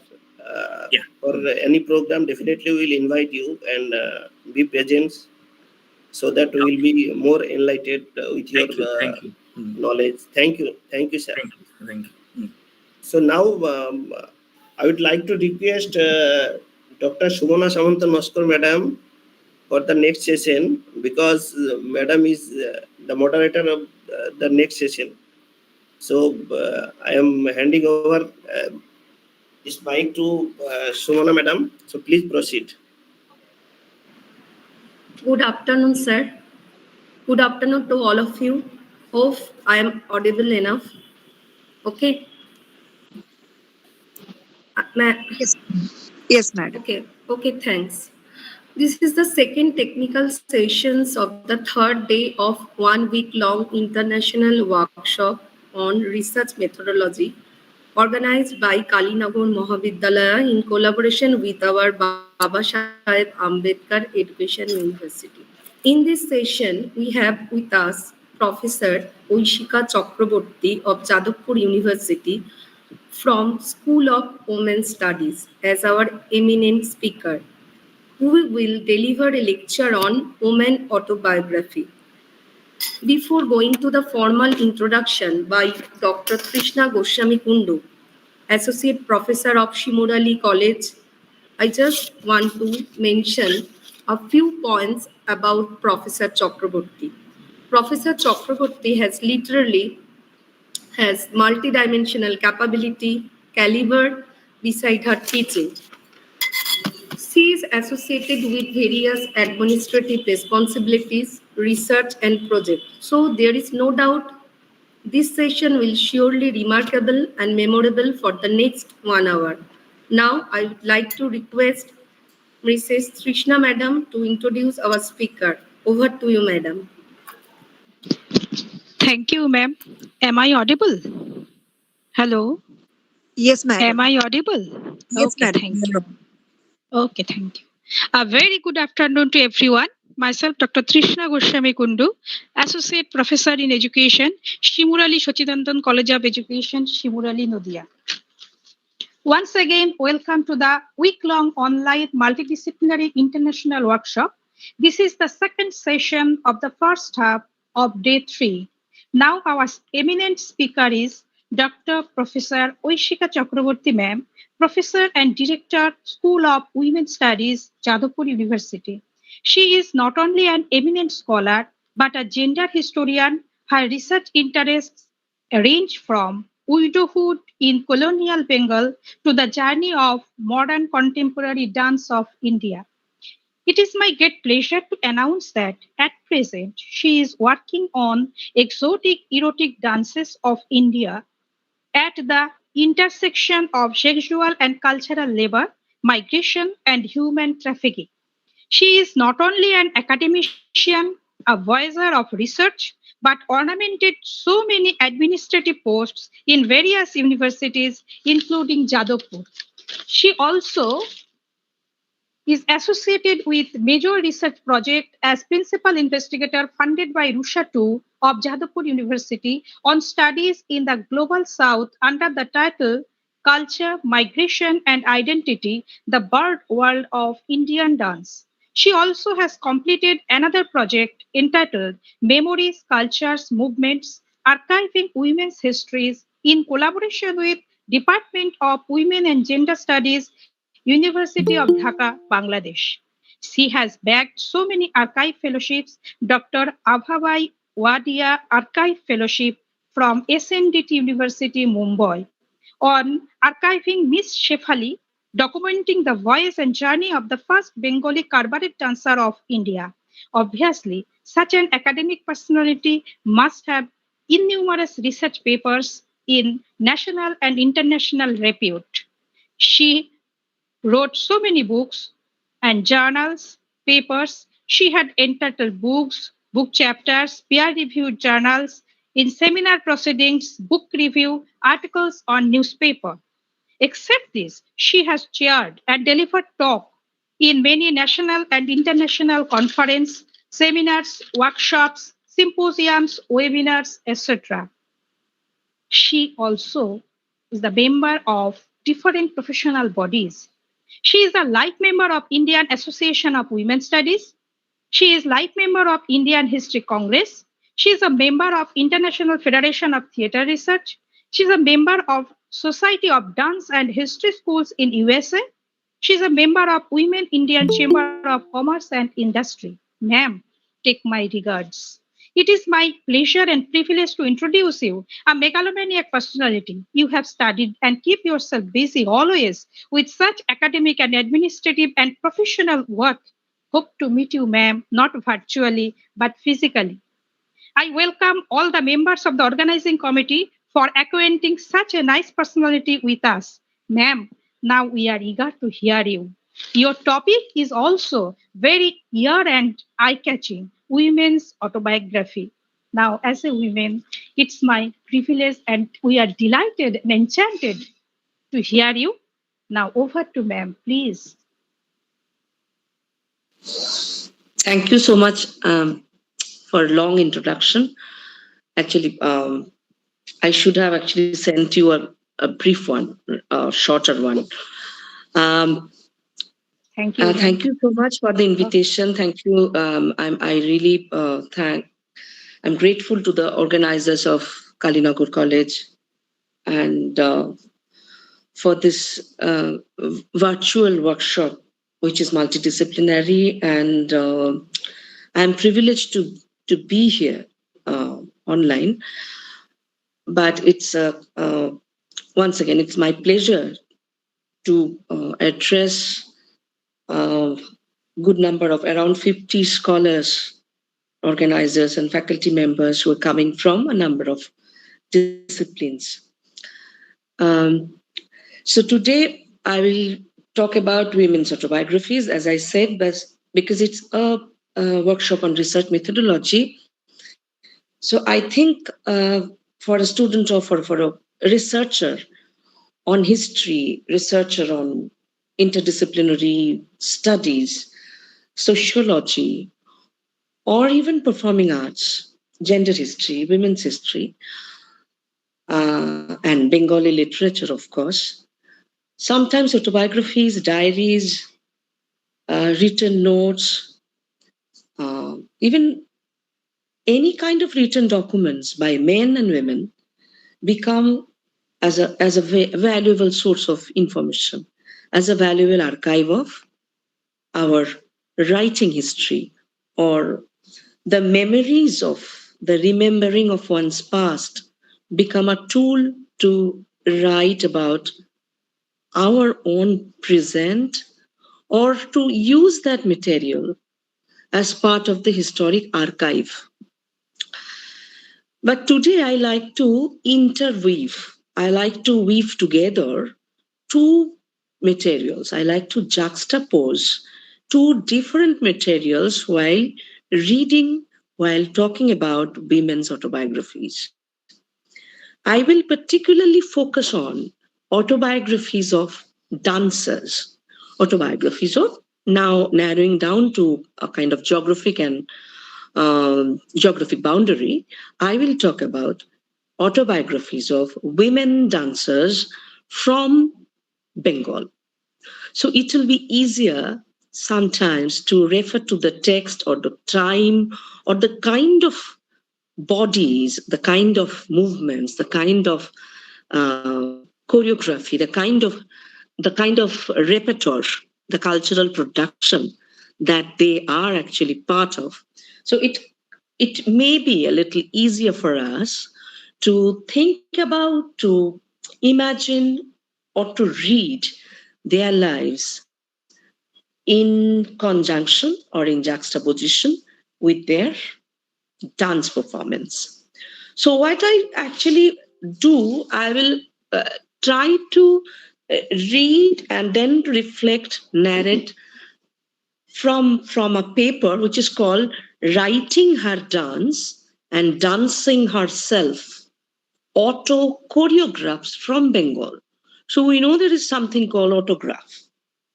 We know there is a thing called autobiography, and we know that when we create a dance, when we create something, theatrical dance as well, we call it choreography, right? So autobiography and choreography, and let's talk today about auto-choreograph, where sometimes we write our lives, sometimes we speak aloud about our own journeys, but sometimes we take records to something else, tell the same story. Sometimes our own performance may be a cinema, a biopic, or sometimes our own poetries or novels become an extension of our own journeys of life, becomes our own life narratives, right? So I'm not writing as myself, I'm not speaking as myself, I'm not dancing as myself, but the character I represent on stage becomes my signature, my autograph. So here, why I'm talking about not only the diaries or the written notes, but also about the dance notes of a person or a dancer, because while reading some of the famous autobiographies by famous or rather less famous person, we find sometimes that women or men, but now I'm talking particularly about women, because as I said, this lecture is will be about the interface of or the intersection of women's studies as well as performance or dance studies. So today I'll talk about that when I'm writing something, while I'm talking something, I'm writing my own life, there are some gaps, there are some silences, there is something unspoken and hidden. যখন আমরা লিখি কোনো কথা, আত্মকথা, নিজেদের কথা, আমরা সম্পূর্ণ আমার নিজের সবকিছু সত্য মিথ্যে দিয়ে নিজেকে উপস্থাপন করি না। আমি সর্বস্ব উজাড় করে জীবনে যা যা পাপ করেছি, যা ভুল করেছি, যা অন্যায় করেছি, সবকিছু লিখে ফেলি না।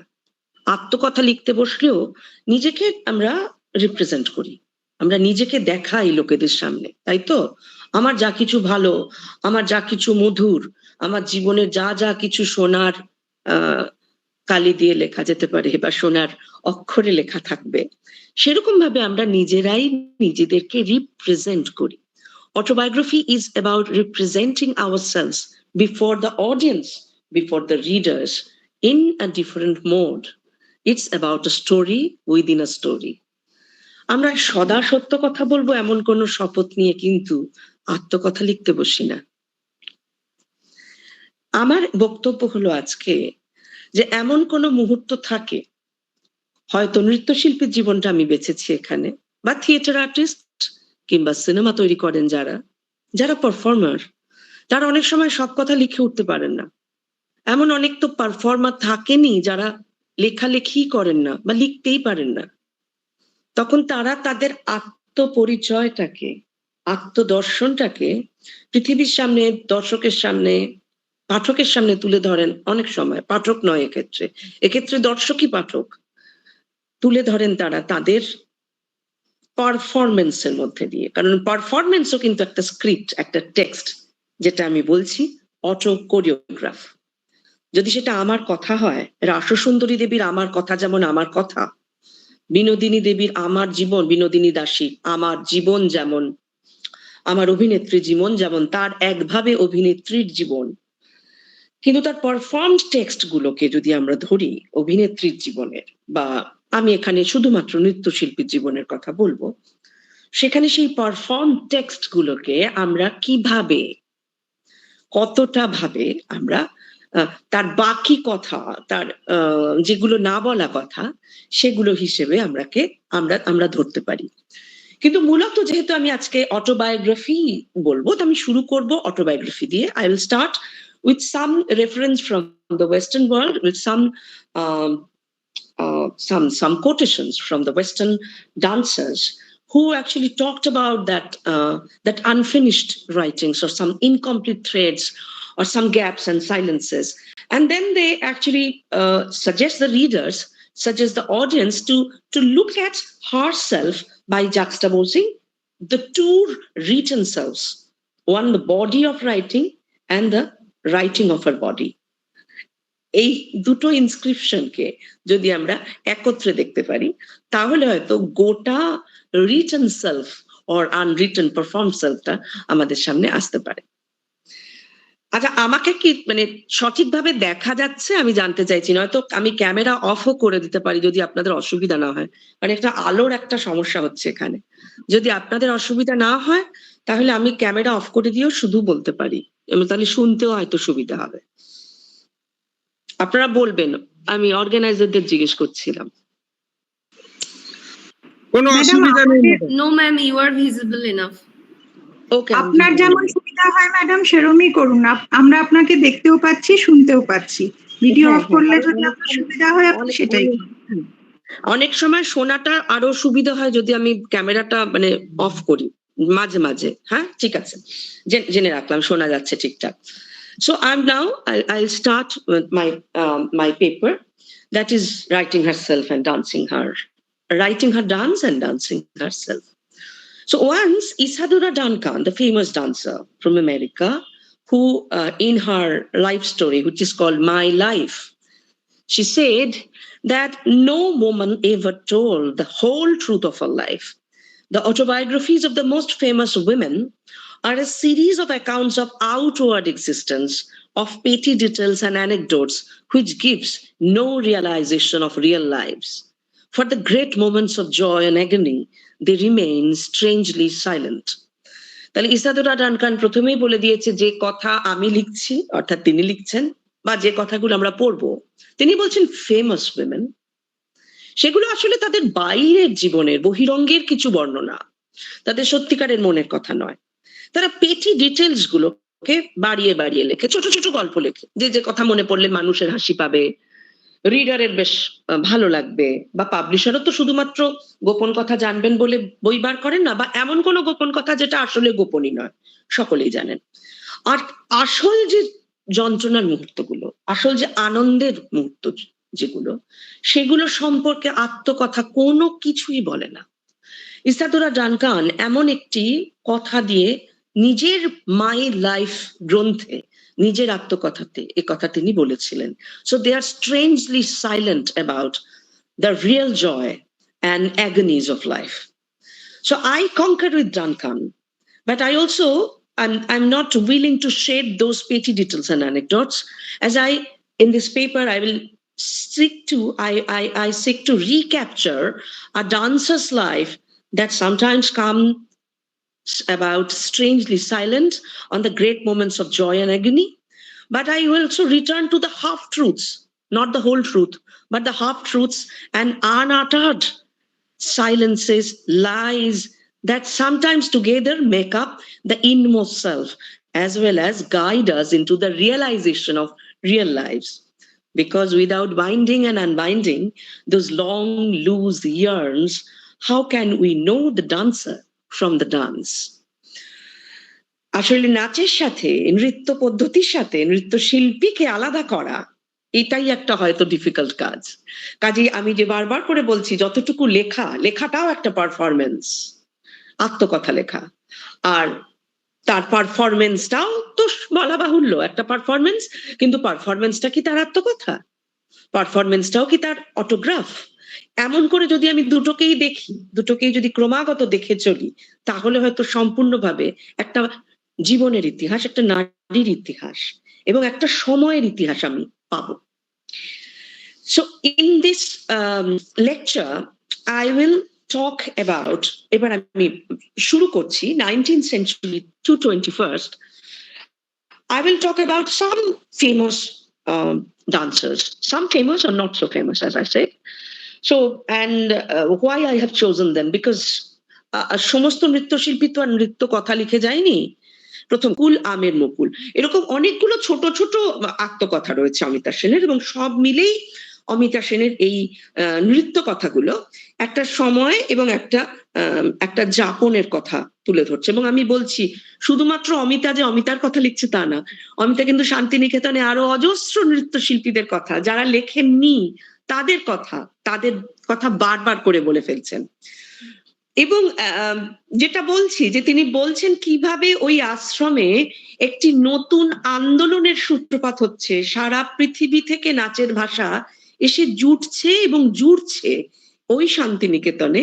শুধুমাত্রই মণিপুর থেকে নয়, কথাকলি নয়, শুধুমাত্রই বাউল নয়, শুধুমাত্রই রায়বেশি নয়, চলে আসছে কখনো ইউরোপের নাচ, সেন্ট জেনিসের নাচ, কখনো আসছে জার্মানির ম্যান কুর্জোসের নাচ, কখনো আসছে পাভলোভা ছাত্রীর সাথে কিছু পরিমাণে ব্যালেটিক নাচ, কখনো ফ্রেঞ্চ কন্টেম্পোরারি ডান্স।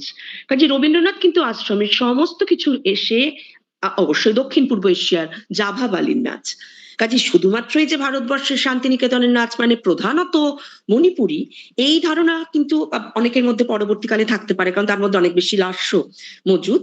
কিন্তু এর ছাড়াও কিন্তু রবীন্দ্রনাথ যেমন বিশ্বজনীন এবং বিশ্বমাত্রিক একটি ভাষা তার যাবতীয় ক্রিয়েটিভ ওভারচারের মধ্যে দিয়ে প্রকাশ করেছিলেন, ক্রিয়েটিভ ওভারের মধ্যে দিয়ে সবকিছু যেমন ছিল, যেমন ক্লাসিক্যাল ছিল, যেমন টপ্পা ছিল, ধামার ছিল, তেমনি ভাবে ফোক ছিল, তেমনি ভাবে ওয়েস্টার্ন ইনফ্লুয়েন্স ছিল, তার নাচের মধ্যেও কিন্তু সেগুলো ছিল।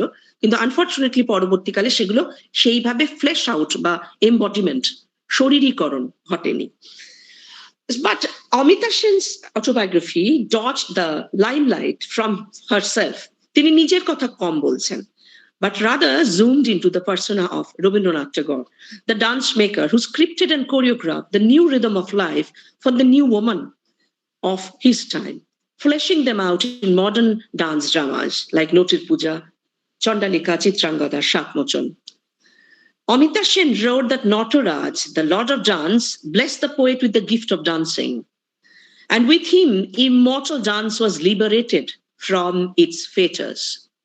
Trailing her journey from small beat roles in Notir Puja to the heroine of Shakmochon, Amita detailed how movements were created by continuous mixing and mingling of forms, as Tagore was always eager to import to our ashram and teach us whatever impressed him by way of art and beauty.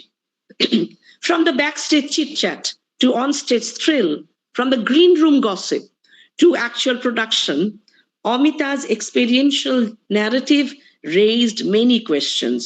What were the challenges involved in staging the new dance by new women who were suddenly exposed before the public eye? Did the conservative society view public dancing by women, by respectable women, as a threat to middle-class sexual morality? If that dance triggered a new freedom movement on stage, then what were the scandals of that freedom? While Tagore's politics of performance in making that alternative dance idiom remains understudied, still date, many such queries also remain unanswered.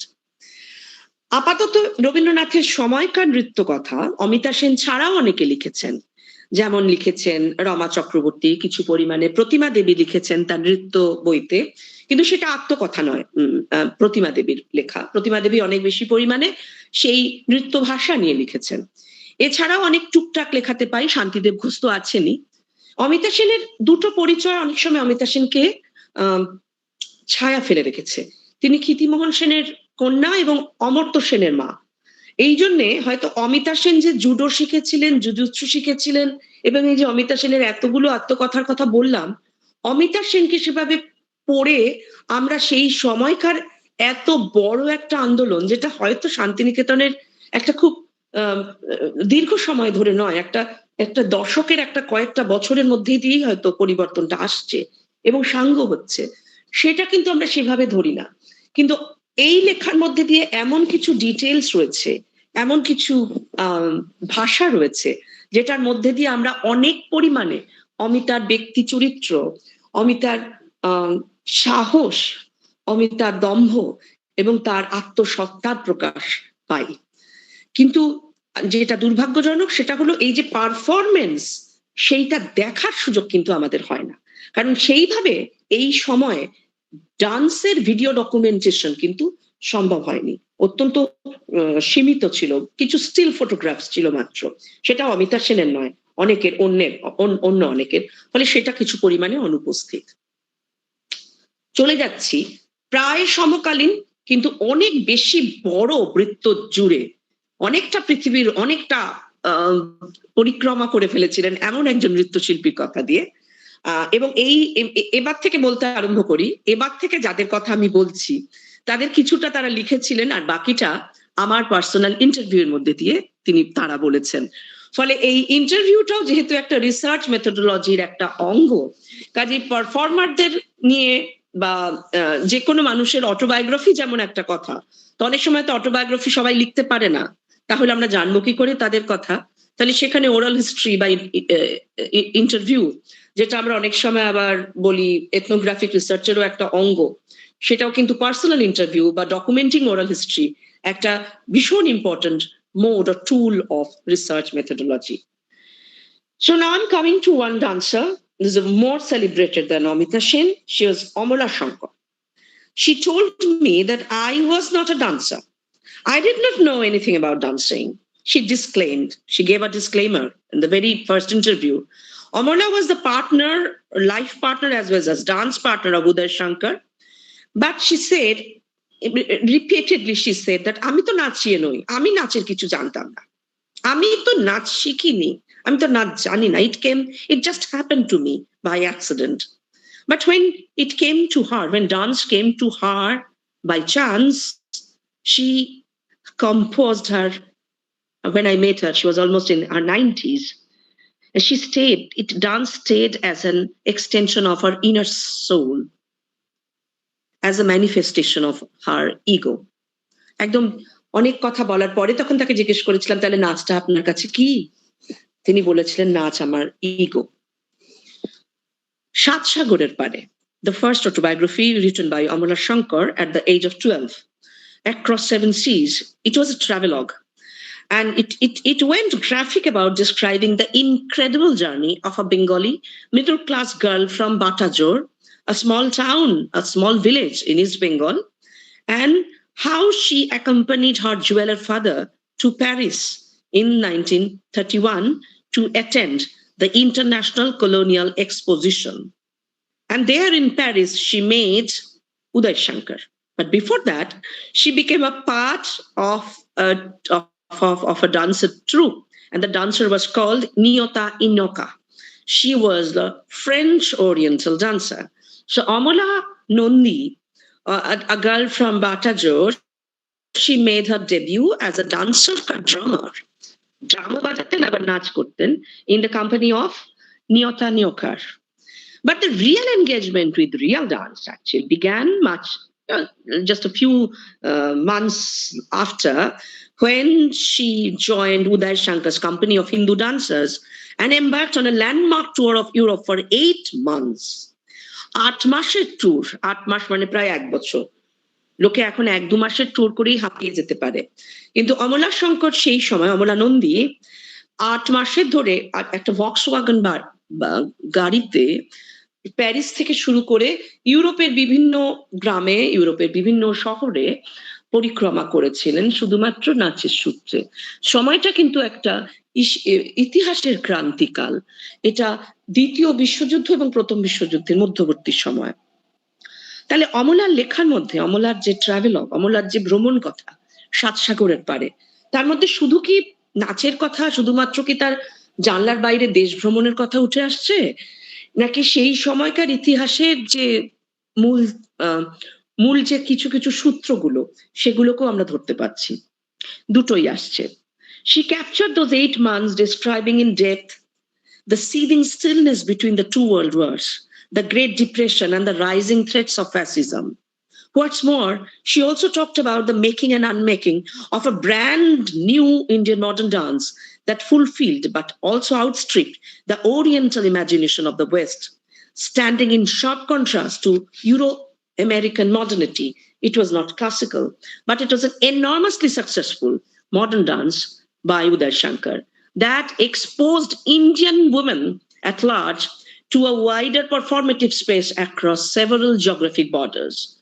Amola's story unraveled the style and repertoire, the challenges and promises thrown open by Shankar and later his Almora Center as an unmediated creative space in colonial India. ঔপনিবেশিক ভারতের বিভিন্ন প্রান্তের মেয়েরা এসে কিন্তু উপস্থিত হয়েছিল উদয় শঙ্করের এই নৃত্য ধারাতে বা এই নৃত্য কোম্পানির শরিক হয়েছিল তারা। সেখানে যেমন ছিল জোহরা খান, উজরা খান, একই সঙ্গে আবার যে অমলার কথা বলছি ছিল প্যারিসের সিমকি, ছিল পরবর্তীকালে দক্ষিণ ভারতের রাগিনী এবং পদ্মিনী। অর্থাৎ সমস্ত ভারতবর্ষ থেকেই যে মেয়েরা আসছে, বিভিন্ন রকমের ধর্ম, বিভিন্ন রকমের পরিস্থিতি, বিভিন্ন রকমের শ্রেণী, এই সবকিছু নির্বিশেষে, এবং তারা কিন্তু শুধুমাত্রই অ্যামেচার ডান্সার নয়, তারা কেউ কিন্তু শখ করে নাচছেন না। এই মুহূর্তে ডান্স কিন্তু একটা ভায়াবল প্রফেশন, ডান্স কিন্তু তাদের পরিচয়, যে ডান্স তাদের প্রফেশন, ডান্স তারা পরবর্তীকালে যাদের নাম আমরা বলছি তারা কখনো কেউ IPTA তে, কেউ হয়তো হিন্দি সিনেমাতে, কখনো ব্যক্তিগত ক্ষেত্রে বড় কোরিওগ্রাফার হিসেবে তারা এমার্জ করছেন নিজেদের আত্মপরিচয়। সেই প্রতিষ্ঠার তা হয়তো পোস্ট কলোনিয়াল বা ঔপনিবেশিকোত্তর স্বাধীন ভারতে হয়েছে, কিন্তু তার শুরুটা হয়েছিল definitely during this colonial period. And once again, as I want to reiterate, this is not any form of classical dance. This is absolutely a modern genre, একটা আধুনিক নৃত্য শৈলী। And তাহলে আমি এখানে আবার আত্মকথার রিফ্লেকশন কোথায় পাচ্ছি যখন উদয় এবং অমলা যৌথভাবে যখন কল্পনার সৃষ্টি করছেন, যেটা এখন এই মুহূর্তে হয়তো নানাভাবে তার ভিডিও প্রস্তুত ইউটিউবে এবং অন্য জায়গাতে। When dance creation can be read as life stories of the dance makers, then Kalpana, the film, the screened dream and aspire of Uday and Amala Shankar's emotion draft, the sequences actually remained at auto imageries of their life. The story, written as argued by Mohan Khokar, who is an autobiographer of Uday Shankar, he said that the story of Kalpana was all too evidently a disguised autobiography of Uday Shankar. But it not merely archived Shankar's life, but also his entire dance legacy, a blend of imagination and reality, of artistry and technique. The movie was a performance of personal memories of Uday and Amala, and it remained with us as a visual record of his life and his art. Amala Shankar later in her autobiography like Shankar Nama, spoke about her love, her marriage, and her breakup with Uday Shankar. She rated Shankar as a romantic freethinker and also who single-handedly placed India on the world's dance map. So that is another autobiographical sketches. So not only Shatsagorer Pare, not only Kalpana, but Amala also kind of came out with a very frank description of her own life, love, and marriage, and conjugal imbalance with Uday and herself in her story, in her life story, Shankar Nama. A rather self-congratulatory note came from another contemporary dancer called Sadhana Basu, Shilpir Atmokatha, an artist memoir. It was authored by, as I said, Sadhana Basu, the renowned dancer, but she was also an actress. She was also the dancing heroine of Hindi cinema in 20th century India. She was the granddaughter of Keshav Chandra Sen. Sadhana, 1914 to 1973, was a rebel in her life in her own way. At a time when public performance by women was defamed as a trade of prostitutes, she wrote in her writing, in her autobiography, that all three sisters of her family, that is Nilina and Bishani, actually the three sisters, the team was called Bishani, and they were self-avowedly social rebels. Sadhana herself was not only exquisitely beautiful, but she was also most mischievous, more knowing of the outside world. In 1930, Sadhana enchanted Tagore with her acting skill in the poet's own work, Dahlia, and later her Manipuri and Terpsichorean gypsy style in the dance opera Alibaba, which is directed by her actor husband Madhu Basu, invited praise by none other than Anna Pavlova, who was there in Kolkata at the time. But Sadhana shot to fame as Morjina, and she became an overnight sensation with the release of the film called Alibaba once again, and she became a dancing star. তিনি তার আত্মকথায় লিখছেন, আমি হলাম শিহরণ, রাতারাতি শিহরণ, মানে an overnight sensation যেটাকে বলি আর কি আমরা। তো সাধনার এই মর্জিনা হয়ে ওঠা এবং পরবর্তীকালে বম্বে চলে যাওয়া, বম্বেতে গিয়ে একের পর ছবিতে অভিনয় করা, কখনো কুমকুম দা ডান্সার, কখনো রাজ নর্তকী, কখনো সিনসিনাকি, বুবলাবু, এরকম অজস্র ডান্স সিনেমা তিনি করেছেন এবং বিশ্বকন্যা, কোনোটা হয়তো বাংলার শরদিন্দু উপন্যাস ভিত্তিক, কোনোটা পৌরাণিক কাহিনী, এবং সেই সিনেমাগুলো কিন্তু বাইলিঙ্গুয়াল ছিল, বাংলা এবং হিন্দি দুটো ভাষাতেই হয়েছিল। কোথাও তার কো-স্টার ছিলেন অহিন্দ্র চৌধুরী, কোথাও পৃথ্বীরাজ কাপুর, অর্থাৎ মধু বসুর দাম্পত্যের যে প্রথম দিকের গৌরব বা সেটা থেকে বেরিয়ে সাধনা কিন্তু মোটামুটি এককভাবে তার একক প্রতিষ্ঠা করতে পেরেছিলেন বম্বে ফিল্ম ইন্ডাস্ট্রিতে, এবং সেই কারণেই হয়তো তার দাম্পত্য খুব একটা সুখকর হয়নি। কাজে কিন্তু এই যে সিনেমাগুলো এবং সাধনার এই যে আত্মকথা, আত্মদর্শন এবং তার নাচ, যেটা এই মুহূর্তে ইউটিউবে আমি যেহেতু বারবার বলবো, পারফর্ম টেক্সটটাকেও আমরা যদি বারবার করে আরেকবার করে দেখি, তাহলে হয়তো কিছু পরিমাণে সেই মানুষের আর একটা আটখানা জীবন বেরিয়ে আসে। Because Sadhana never discussed her life in the truest sense in her autobiography. It has some visible black holes of silence, absence, and she kept under wraps the underlying tension of her conjugal life, about the romance with Madhu Basu, because she never spoke about the estrangement, as her marriage turned out to be the most difficult, causing irreconcilable conflicts at the end. But she was transgressive of wifely norms and of domesticity and dependence.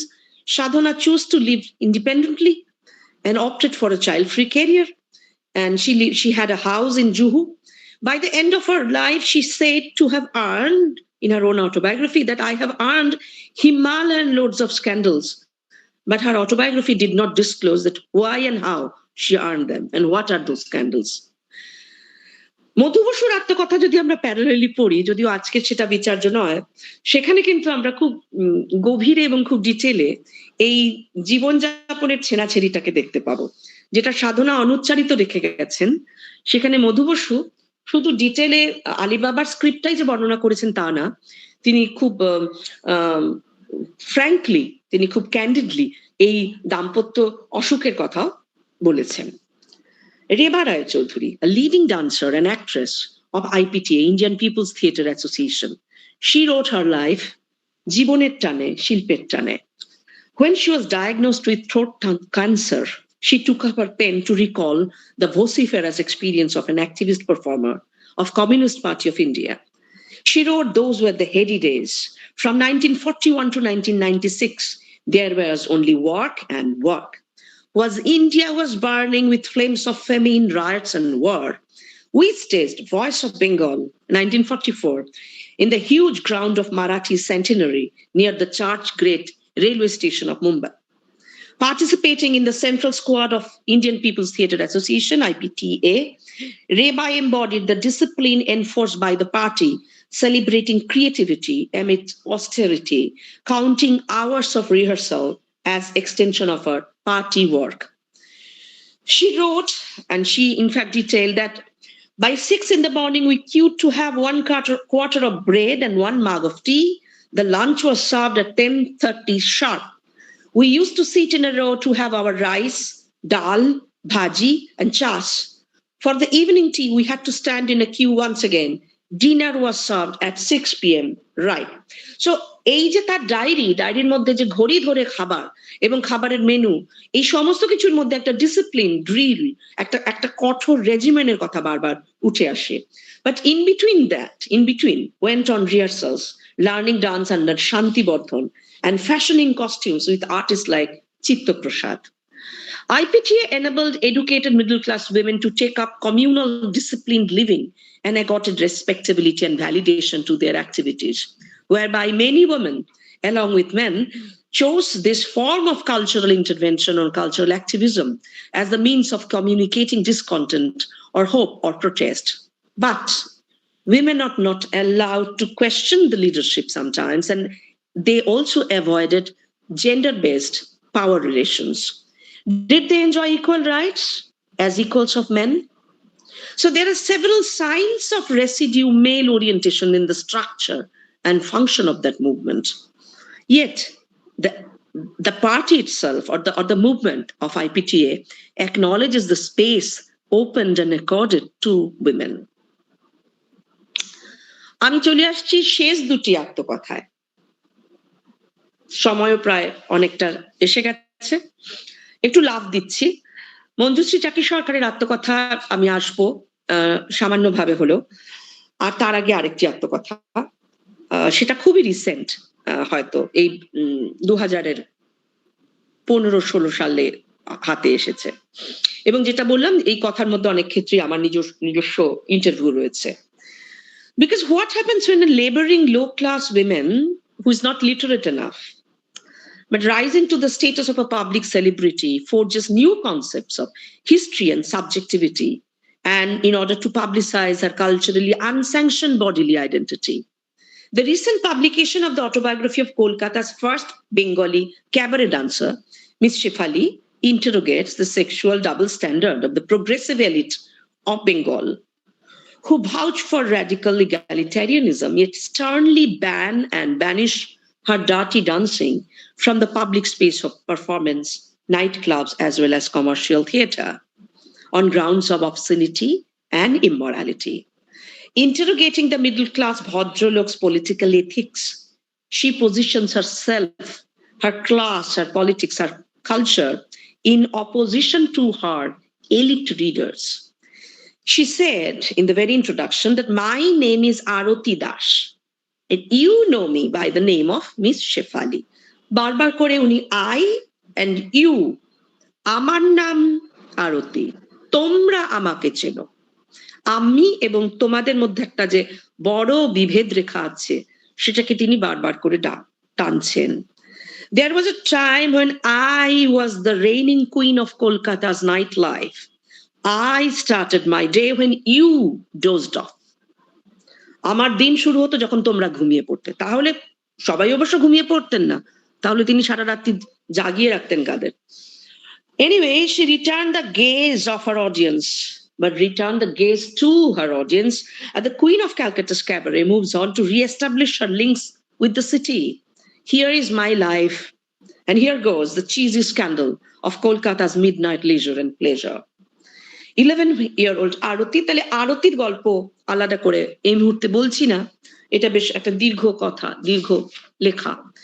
এর মাঝখানে একটা ছোট কথা বলে আমি শেষ করছি, because in between the time that I have actually chalked out from Tagore to Miss Shefali, from the 19th century theatre actresses to today's star theatres or Sarkarena's dancer, there's in between some modern established middle class elite dancers like Amala Shankar, Sadhana Bose, and of course Dr. Manjushree Chaki Sarkar, whose life story was a record of a very different journey, coming out of a very different drive.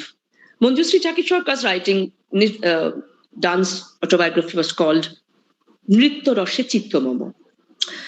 She has drawn up an unconventional vocabulary of dance in a distinctly different personal or individual style. She became a speaking subject of a historic moment, of a very different identity politics. And I, as a student, I take her life story as a declaration or a Magna Carta of feminist politics, where dancing body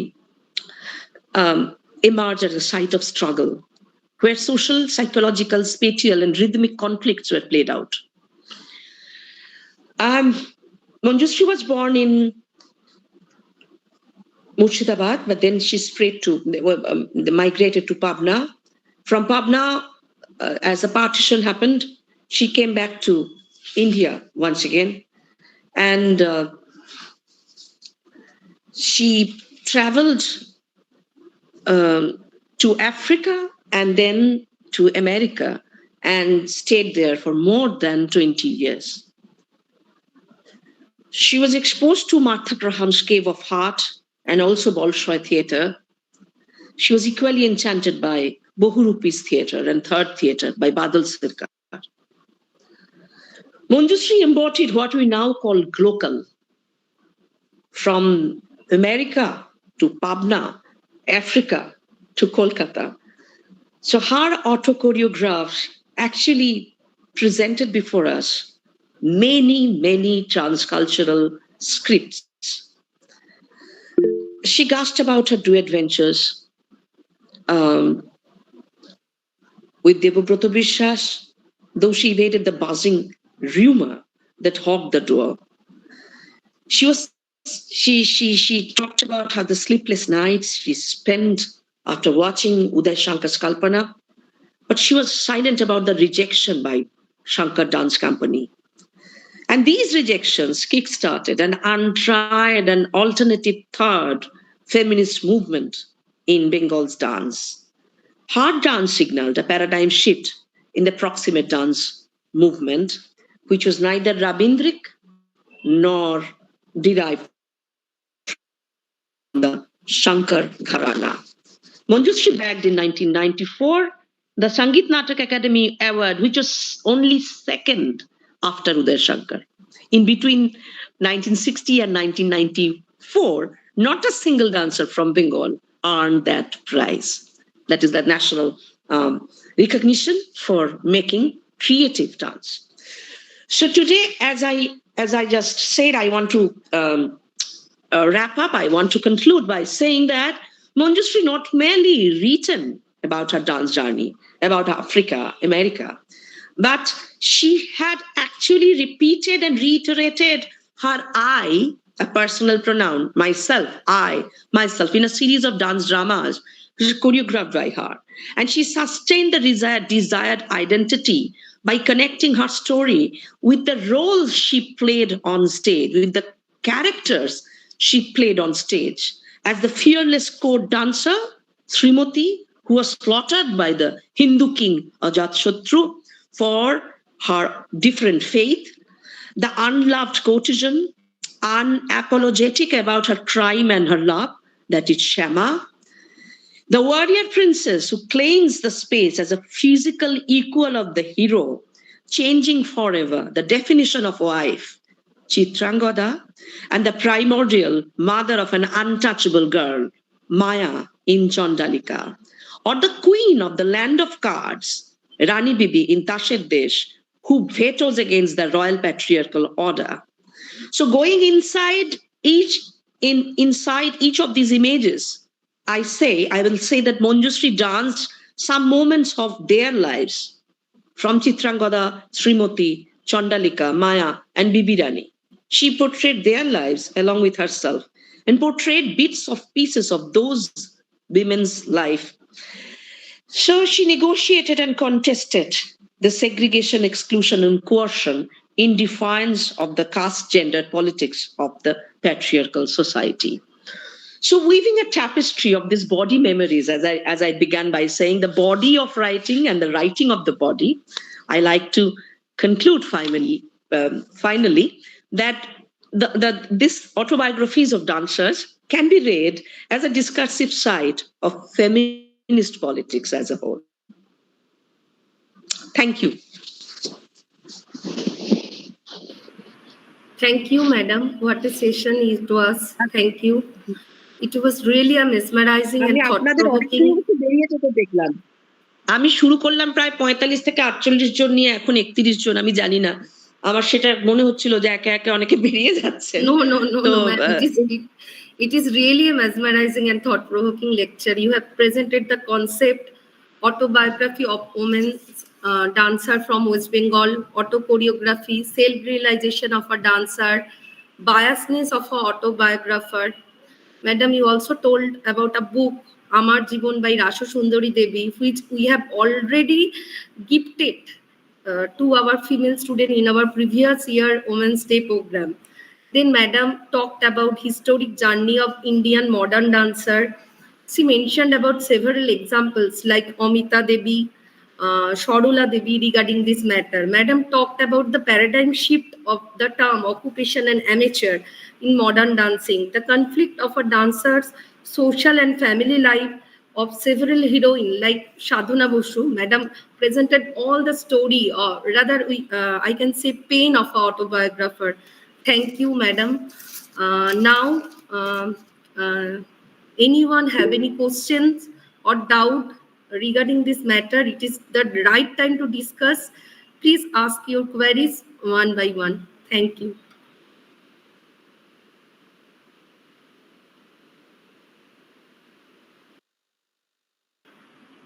If you have any questions, you can ask, or any suggestions or discussions. Hello, I am audible. Yes, you are quite audible. Hi, Madam Sulabna Chatterjee. You are audible. হ্যাঁ, আমি ঐশিকা ম্যাডামকে congratulate করছি একটা দারুণ presentation আমাদের উপহার দেওয়ার জন্য। আর ওনার এই বাইলিঙ্গুয়ালটা মানে বাইলিঙ্গুয়াল মানে প্রেজেন্টেশনটা প্রচন্ড মনোগ্রাহী হয়েছে। আমার কাছে তো খুব ভাল লেগেছে। আমি ম্যাডামকে পার্সোনালি একটা শুধু প্রশ্ন করতে চাই যে আপনি শুধু মাত্র ডান্সার এবং পারফর্মিং আর্ট এর মধ্যেই রেখেছেন, তো আপনার কি এটা মনে হয় পার্সোনালি যে এইভাবেই নিজেকে প্রকাশ করতে পারে উইমেনরা by dancing or sort of performing art? এটা আমার একটা প্রশ্ন। আপনার নিজের মতামতটা কি? Thank you.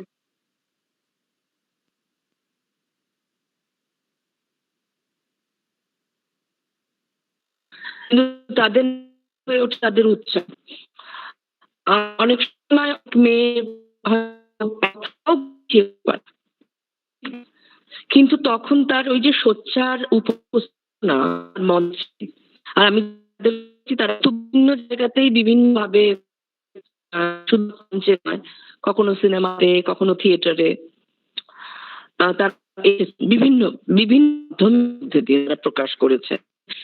নাচের কথা করে বড় নেই, আমি শুধুমাত্র শিল্পীদের নিয়েছি, ইচ্ছে করে আমি বাকি অনেককে নিতে পারতাম, কারণ আমি শিল্পীদের নিয়েছি কারণ নৃত্যশিল্পী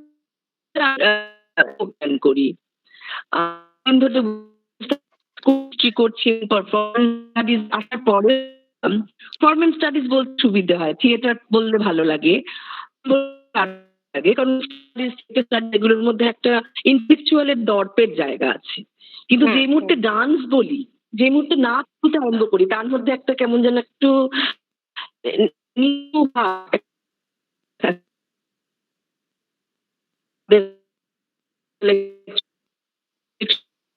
নাচ করে এটা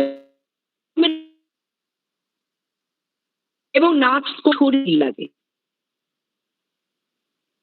ধ্যান লাগে এবং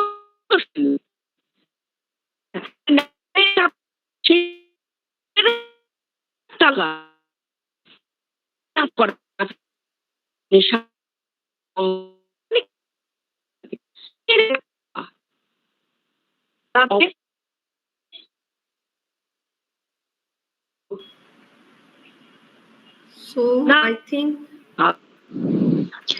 hello madam, voice is breaking, madam. Okay, এবার না ম্যাডাম কেটে কেটে যাচ্ছে। আপনি ভিডিও অন করে ছিলেন, হ্যাঁ ভিডিও অন করে তখন totally breaking, madam. Madam Oishika Chakraborty, you are requested that your voice is purely breaking. এবার শোনা যাচ্ছে? এবার শোনা যাচ্ছে? Yes, madam. Yes, ma'am. Quite audible. এবার পরিষ্কার তো? হ্যাঁ, না, আমি বলছিলাম যে আপনার প্রশ্নের মধ্যে যেটা আমি বাংলাতেই উত্তরটা দিচ্ছি এখন।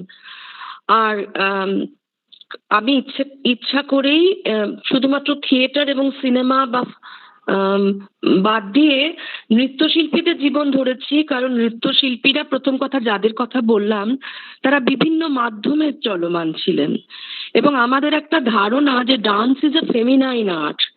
আমি উইমেন স্টাডিজ এবং ডান্স স্টাডিজ কি যখন একসাথে দেখছি সেটা কিন্তু আমার একটা কনসিয়াস ডিসিশন।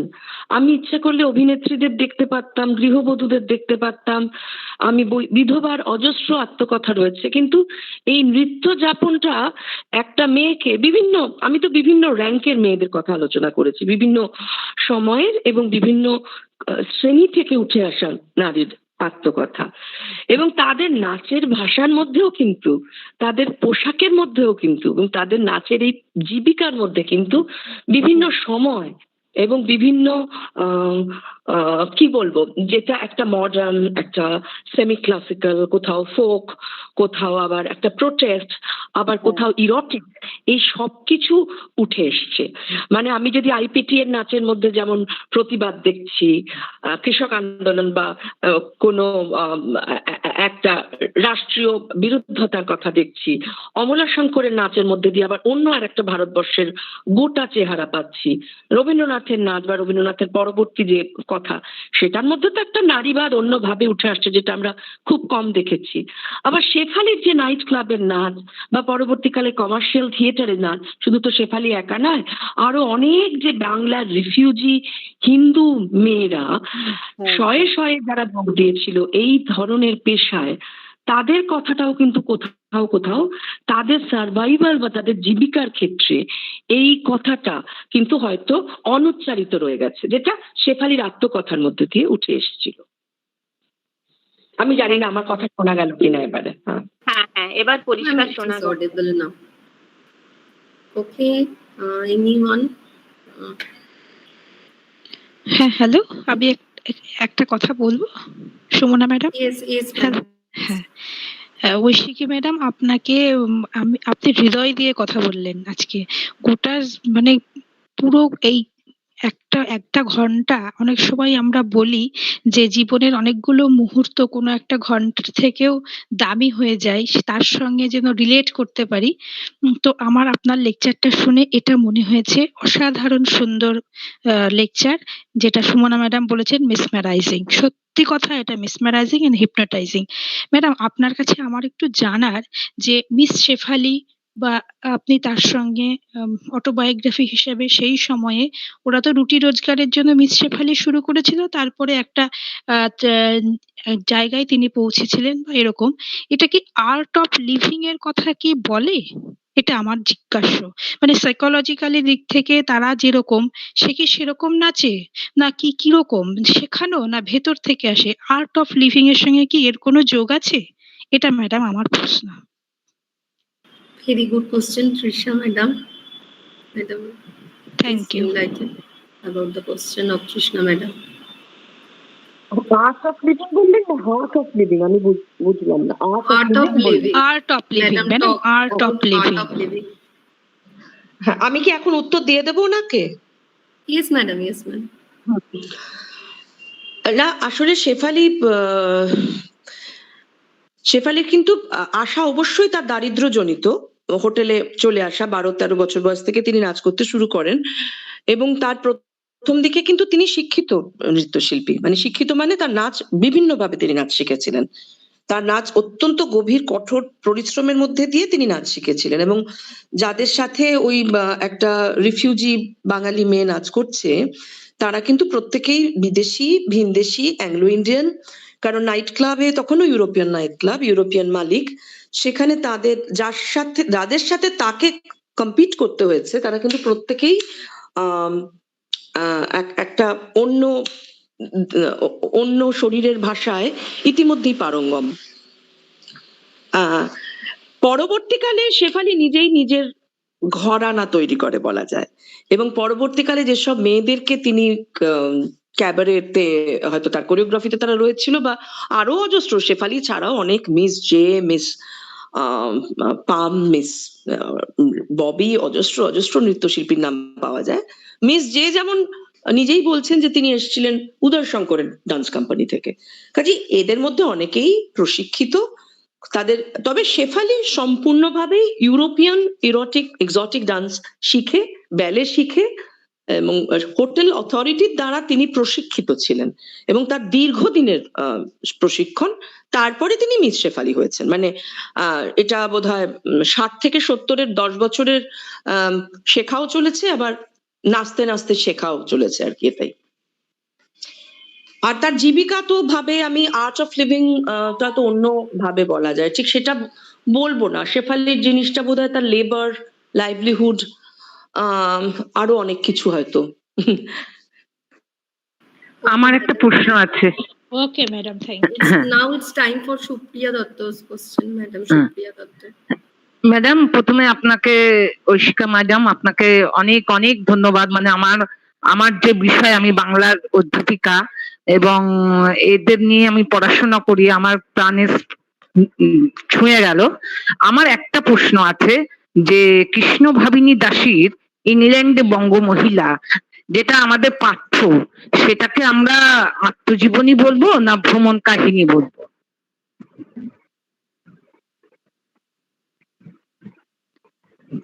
ম্যাডাম শুনতে পাচ্ছেন? হ্যাঁ, দুটোই বলতে পারেন, দুটোই বলবেন। মানে দেখুন, উনি ভ্রমণ কথা বলছেন, কিন্তু তার ভ্রমণ এবং তার ভ্রমণের কারণ তার জীবনের একটা অংশ, তাই তো? আমি তো প্রথমেই বললাম যে আসলে সম্পূর্ণভাবে জীবন আমরা কেউই লিখি না। কোনো পুরুষ যদি এরকম লিখে, অনেকটা লিখে ফেলেন, তাহলে তার কখনোই ওরকম কোনো ডিসক্লেইমার দেওয়ার দরকার নেই। আসলে তার ইংল্যান্ডে যাওয়ার পরবর্তীতে আপনারা জানেন কৃষ্ণ ভামিনীকে সমাজে কি কি ফেস করতে হয়েছিল। তিনি তার নিজের মেয়েকে পর্যন্ত দেখতে পাননি, তিনি ম্লেচ্ছ হয়ে গেছিলেন মেয়ের শ্বশুর বাড়ির কাছে। সারা জীবন তার কি হয়েছিল। কাজেই এই ইংল্যান্ডে বঙ্গ মহিলা, আমরা কতজন তার আগে পরের গল্পগুলো জানি, সেটাই তো একটা গভীর উদ্বেগের বিষয়। ইংল্যান্ডে বঙ্গ মহিলা শুধু একটা বাঙালি মেয়ে ইংল্যান্ড দেখে ঘুরে আসছে তা না, তার সমাজচ্যুতি ঘটছে যে কারণে, তার যাওয়া, তার শুধুমাত্র একটা নতুন দেশ দেখার যে একটা প্রবল এক্সাইটমেন্ট বা শিহরণ, সেটার পরিণাম কি হচ্ছে সেটা কিন্তু তিনি লিখে যাননি।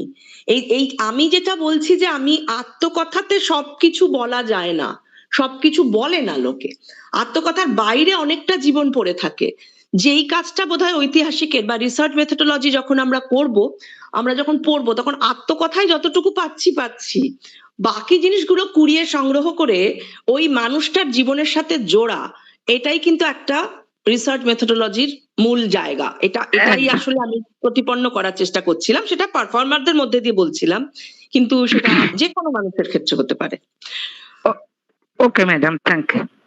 Thank you all. So no one has any questions now, I think. Now we are I have to say something to madam. Okay, madam, you can yes. ask, but briefly. Madam, I just want to listen from you few lines. আমার কিছু মানে question নেই, আপনার এত সুন্দর মানে প্রেজেন্টেশনের পর আমি শুধু আপনার থেকে একটু 2-4 লাইন শুনতে চাইছি, যে এই যে অটোবায়োগ্রাফিক্যাল টেক্সট গুলোর ভেতর থেকে আমাদের সোসাইটির জন্য জেন্ডার সেন্সিটিভিটির কিরম ধরনের মানে প্রমোশন মানে হতে পারে, সেই নিয়ে যদি আপনি একটু 2-4 লাইন এনরিচ করেন। দেখুন, আজকে তো আমার সময়সীমা অতিক্রান্ত। আমার এটা কিন্তু জেন্ডার সেন্সিটাইজেশনের মধ্যে অবশ্যই এটা আসে। আপনি সেটাই বললেন তো, মানে gender two-three lines ma'am from you. আচ্ছা, আমি 1 নম্বর বলতে চাই যে আমরা খুব সচেতন ভাবে এখানে বেছে নিয়েছি মেয়েদের লেখা কথা। আর পুরুষের চোখ দিয়ে কিন্তু মেয়েরা জীবনটাকে দেখেনি, তখন মেয়েদের চোখ দিয়েই দেখেছে গোটা সমাজটাকে। যে কটা গল্প, যে কটা লেখা আমি বললাম, সেখানে প্রত্যেকটি মেয়ে ভীষণ রকম ভাবে ইন্ডিপেন্ডেন্ট, স্বনির্ভর, সচেতন এবং স্বসিদ্ধান্তে অবিচল রয়ে গেছে আজীবন। এবং যেহেতু তারা নৃত্যশিল্পী, তারা কেউ সংসার করেছে, কেউ সংসার করেনি, কেউ সিঙ্গেল, কেউ ম্যারিড, কেউ ডিভোর্স। এই যে তাদের ব্যক্তিগত জীবনযাপনের ক্ষেত্রেও তারা কিন্তু এক মুহূর্তের জন্য নাচকে ছাড়েনি বাকি কিছুর কথা ভেবে, যেটা আজকের দিনেও ভীষণ ভীষণ রেলিভেন্ট, ভীষণ ইম্পর্টেন্ট। আমি জেন্ডার সেন্সিটাইজেশনের জায়গায় এসে যদি বলি যে আজকের দিনে আমরা বিয়ের পরে নাচ করা হয় না, তাই না? বিয়ের পরে যেমন অনেক কিছু হয় না, কাজে এই যে কটি মেয়ের জীবন আমরা পেয়ে গেছি হাতের কাছে, অনেকে হয়তো লিখতে পারতেন, অনেকটা লিখে বলতে পারতেন যে কাল থেকে তো আমি আর নাচবো না, যেটা রবীন্দ্রনাথ লিখেছেন। রবীন্দ্রনাথ লিখেছেন আজকে এর বিয়ে হয়ে গেল, কাল থেকে সে আর নাচবে না, এই রোলটা কে করবে? রবীন্দ্রনাথ লিখে গেছেন সেভাবে। কিন্তু মেয়েরা, এই যে মেয়েদের কথাগুলো আমি বললাম, সেটা আমি যেটা বলছি, মেয়েদের চোখ দিয়ে সমাজটাকে দেখা, মেয়েদের চোখ দিয়ে তার শরীরের এত বড় একটা আন্দোলন, নৃত্য আন্দোলন, সমাজকে দেখা, তার পারিপার্শ্বিককে দেখা। এবং আমরা হয়তো শুধুমাত্র স্টেজের আলোয় নড়তে চড়তে থাকা একটা পুতুলের মতো নৃত্যশিল্পীকে দেখি, তার বাদবাকি স্ট্রাগল, তার বাদবাকি যেটা বলবো জীবিকা, যেটা তার প্যাশন এবং তার কোরিওগ্রাফি। একটা জিনিসকে ভেবে নামাতে গেলে প্রত্যেকটা কোরিওগ্রাফি কিন্তু এক একটা বই, প্রত্যেকটা স্ক্রিপ্ট কিন্তু এক একটা গল্প কথা। যারা নাচ করেন, থিয়েটার করেন বা সিনেমা বানান, তারা জানেন এই সিনেমা, এই নৃত্য, এক একটা নৃত্য নাট্য যদি সেটা তাদের নিজস্ব হয়, প্রত্যেকটাই কিন্তু এক একটা পাবলিকেশনের মতো। যে কারণে বলছি, যদি ওটা অটোবায়োগ্রাফি হয়, এটা অটো কোরিওগ্রাফ। কাজেই সেই ক্ষেত্রে তার নিজের কথা, নিজের স্পর্ধা, নিজের উচ্চারণ কতটা বেরিয়ে আসছে এই এই নাচের গল্পগুলোর মধ্যে দিয়ে, সেটাও বলার চেষ্টা করেছি আমি। Thank you, ma'am. Thanks a lot. Thank you, ma'am. We are now moving ahead. Before going to the formal vote of thanks, leave করি আমি। ma'am, Thank just you. Sorry. ma'am, just 2 minutes. We will give you formal vote of thanks. I would like to thank all of you, the organizer and the participant, for your kind presence and active participation in this knowledge sharing platform. Now this is the time for giving vote of thanks to our eminent respectable speaker, and for these I would like to invite Professor Oshim Mahato from Kontai B.Ed College to give the formal vote of thanks. After the vote of thanks, this session will be ended over here. Mr. Oshim Mahato. নমস্কার। হ্যাঁ, নমস্কার। প্রথমেই ধন্যবাদ জানাই কালীনগর মহাবিদ্যালয়, বাবা সাহেব Ambedkar education ইউনিভার্সিটির সমস্ত টিমকে এত সুন্দর একটি সমসাময়িক ওয়ার্কশপ পরিচালনা করার জন্য। এবার আমি ধন্যবাদ জানাই মাননীয় রিসোর্স পার্সন ঐশিকা চক্রবর্তী মহাশয়াকে, যে নৃত্যশিল্পীদের আত্মকথা সম্পর্কে আমাদের সামনে এত সুন্দর একটি বক্তৃতা রাখার জন্য। তার পুরো লেকচার আমরা পেলাম অনিতা সেন, অমরা শঙ্কর, উদয় শঙ্কর, তিনাদের কথা আমরা খুব সমৃদ্ধ হয়েছি। ম্যাম, আপনাকে অশেষ ধন্যবাদ আমাদের সবার তরফ থেকে। খুব ভালো থাকবেন। ধন্যবাদ। নমস্কার। ধন্যবাদ, অনেক ধন্যবাদ। Thank you, ma'am. You can leave now. Thank you. Okay, thank you all. Good day. Thank you.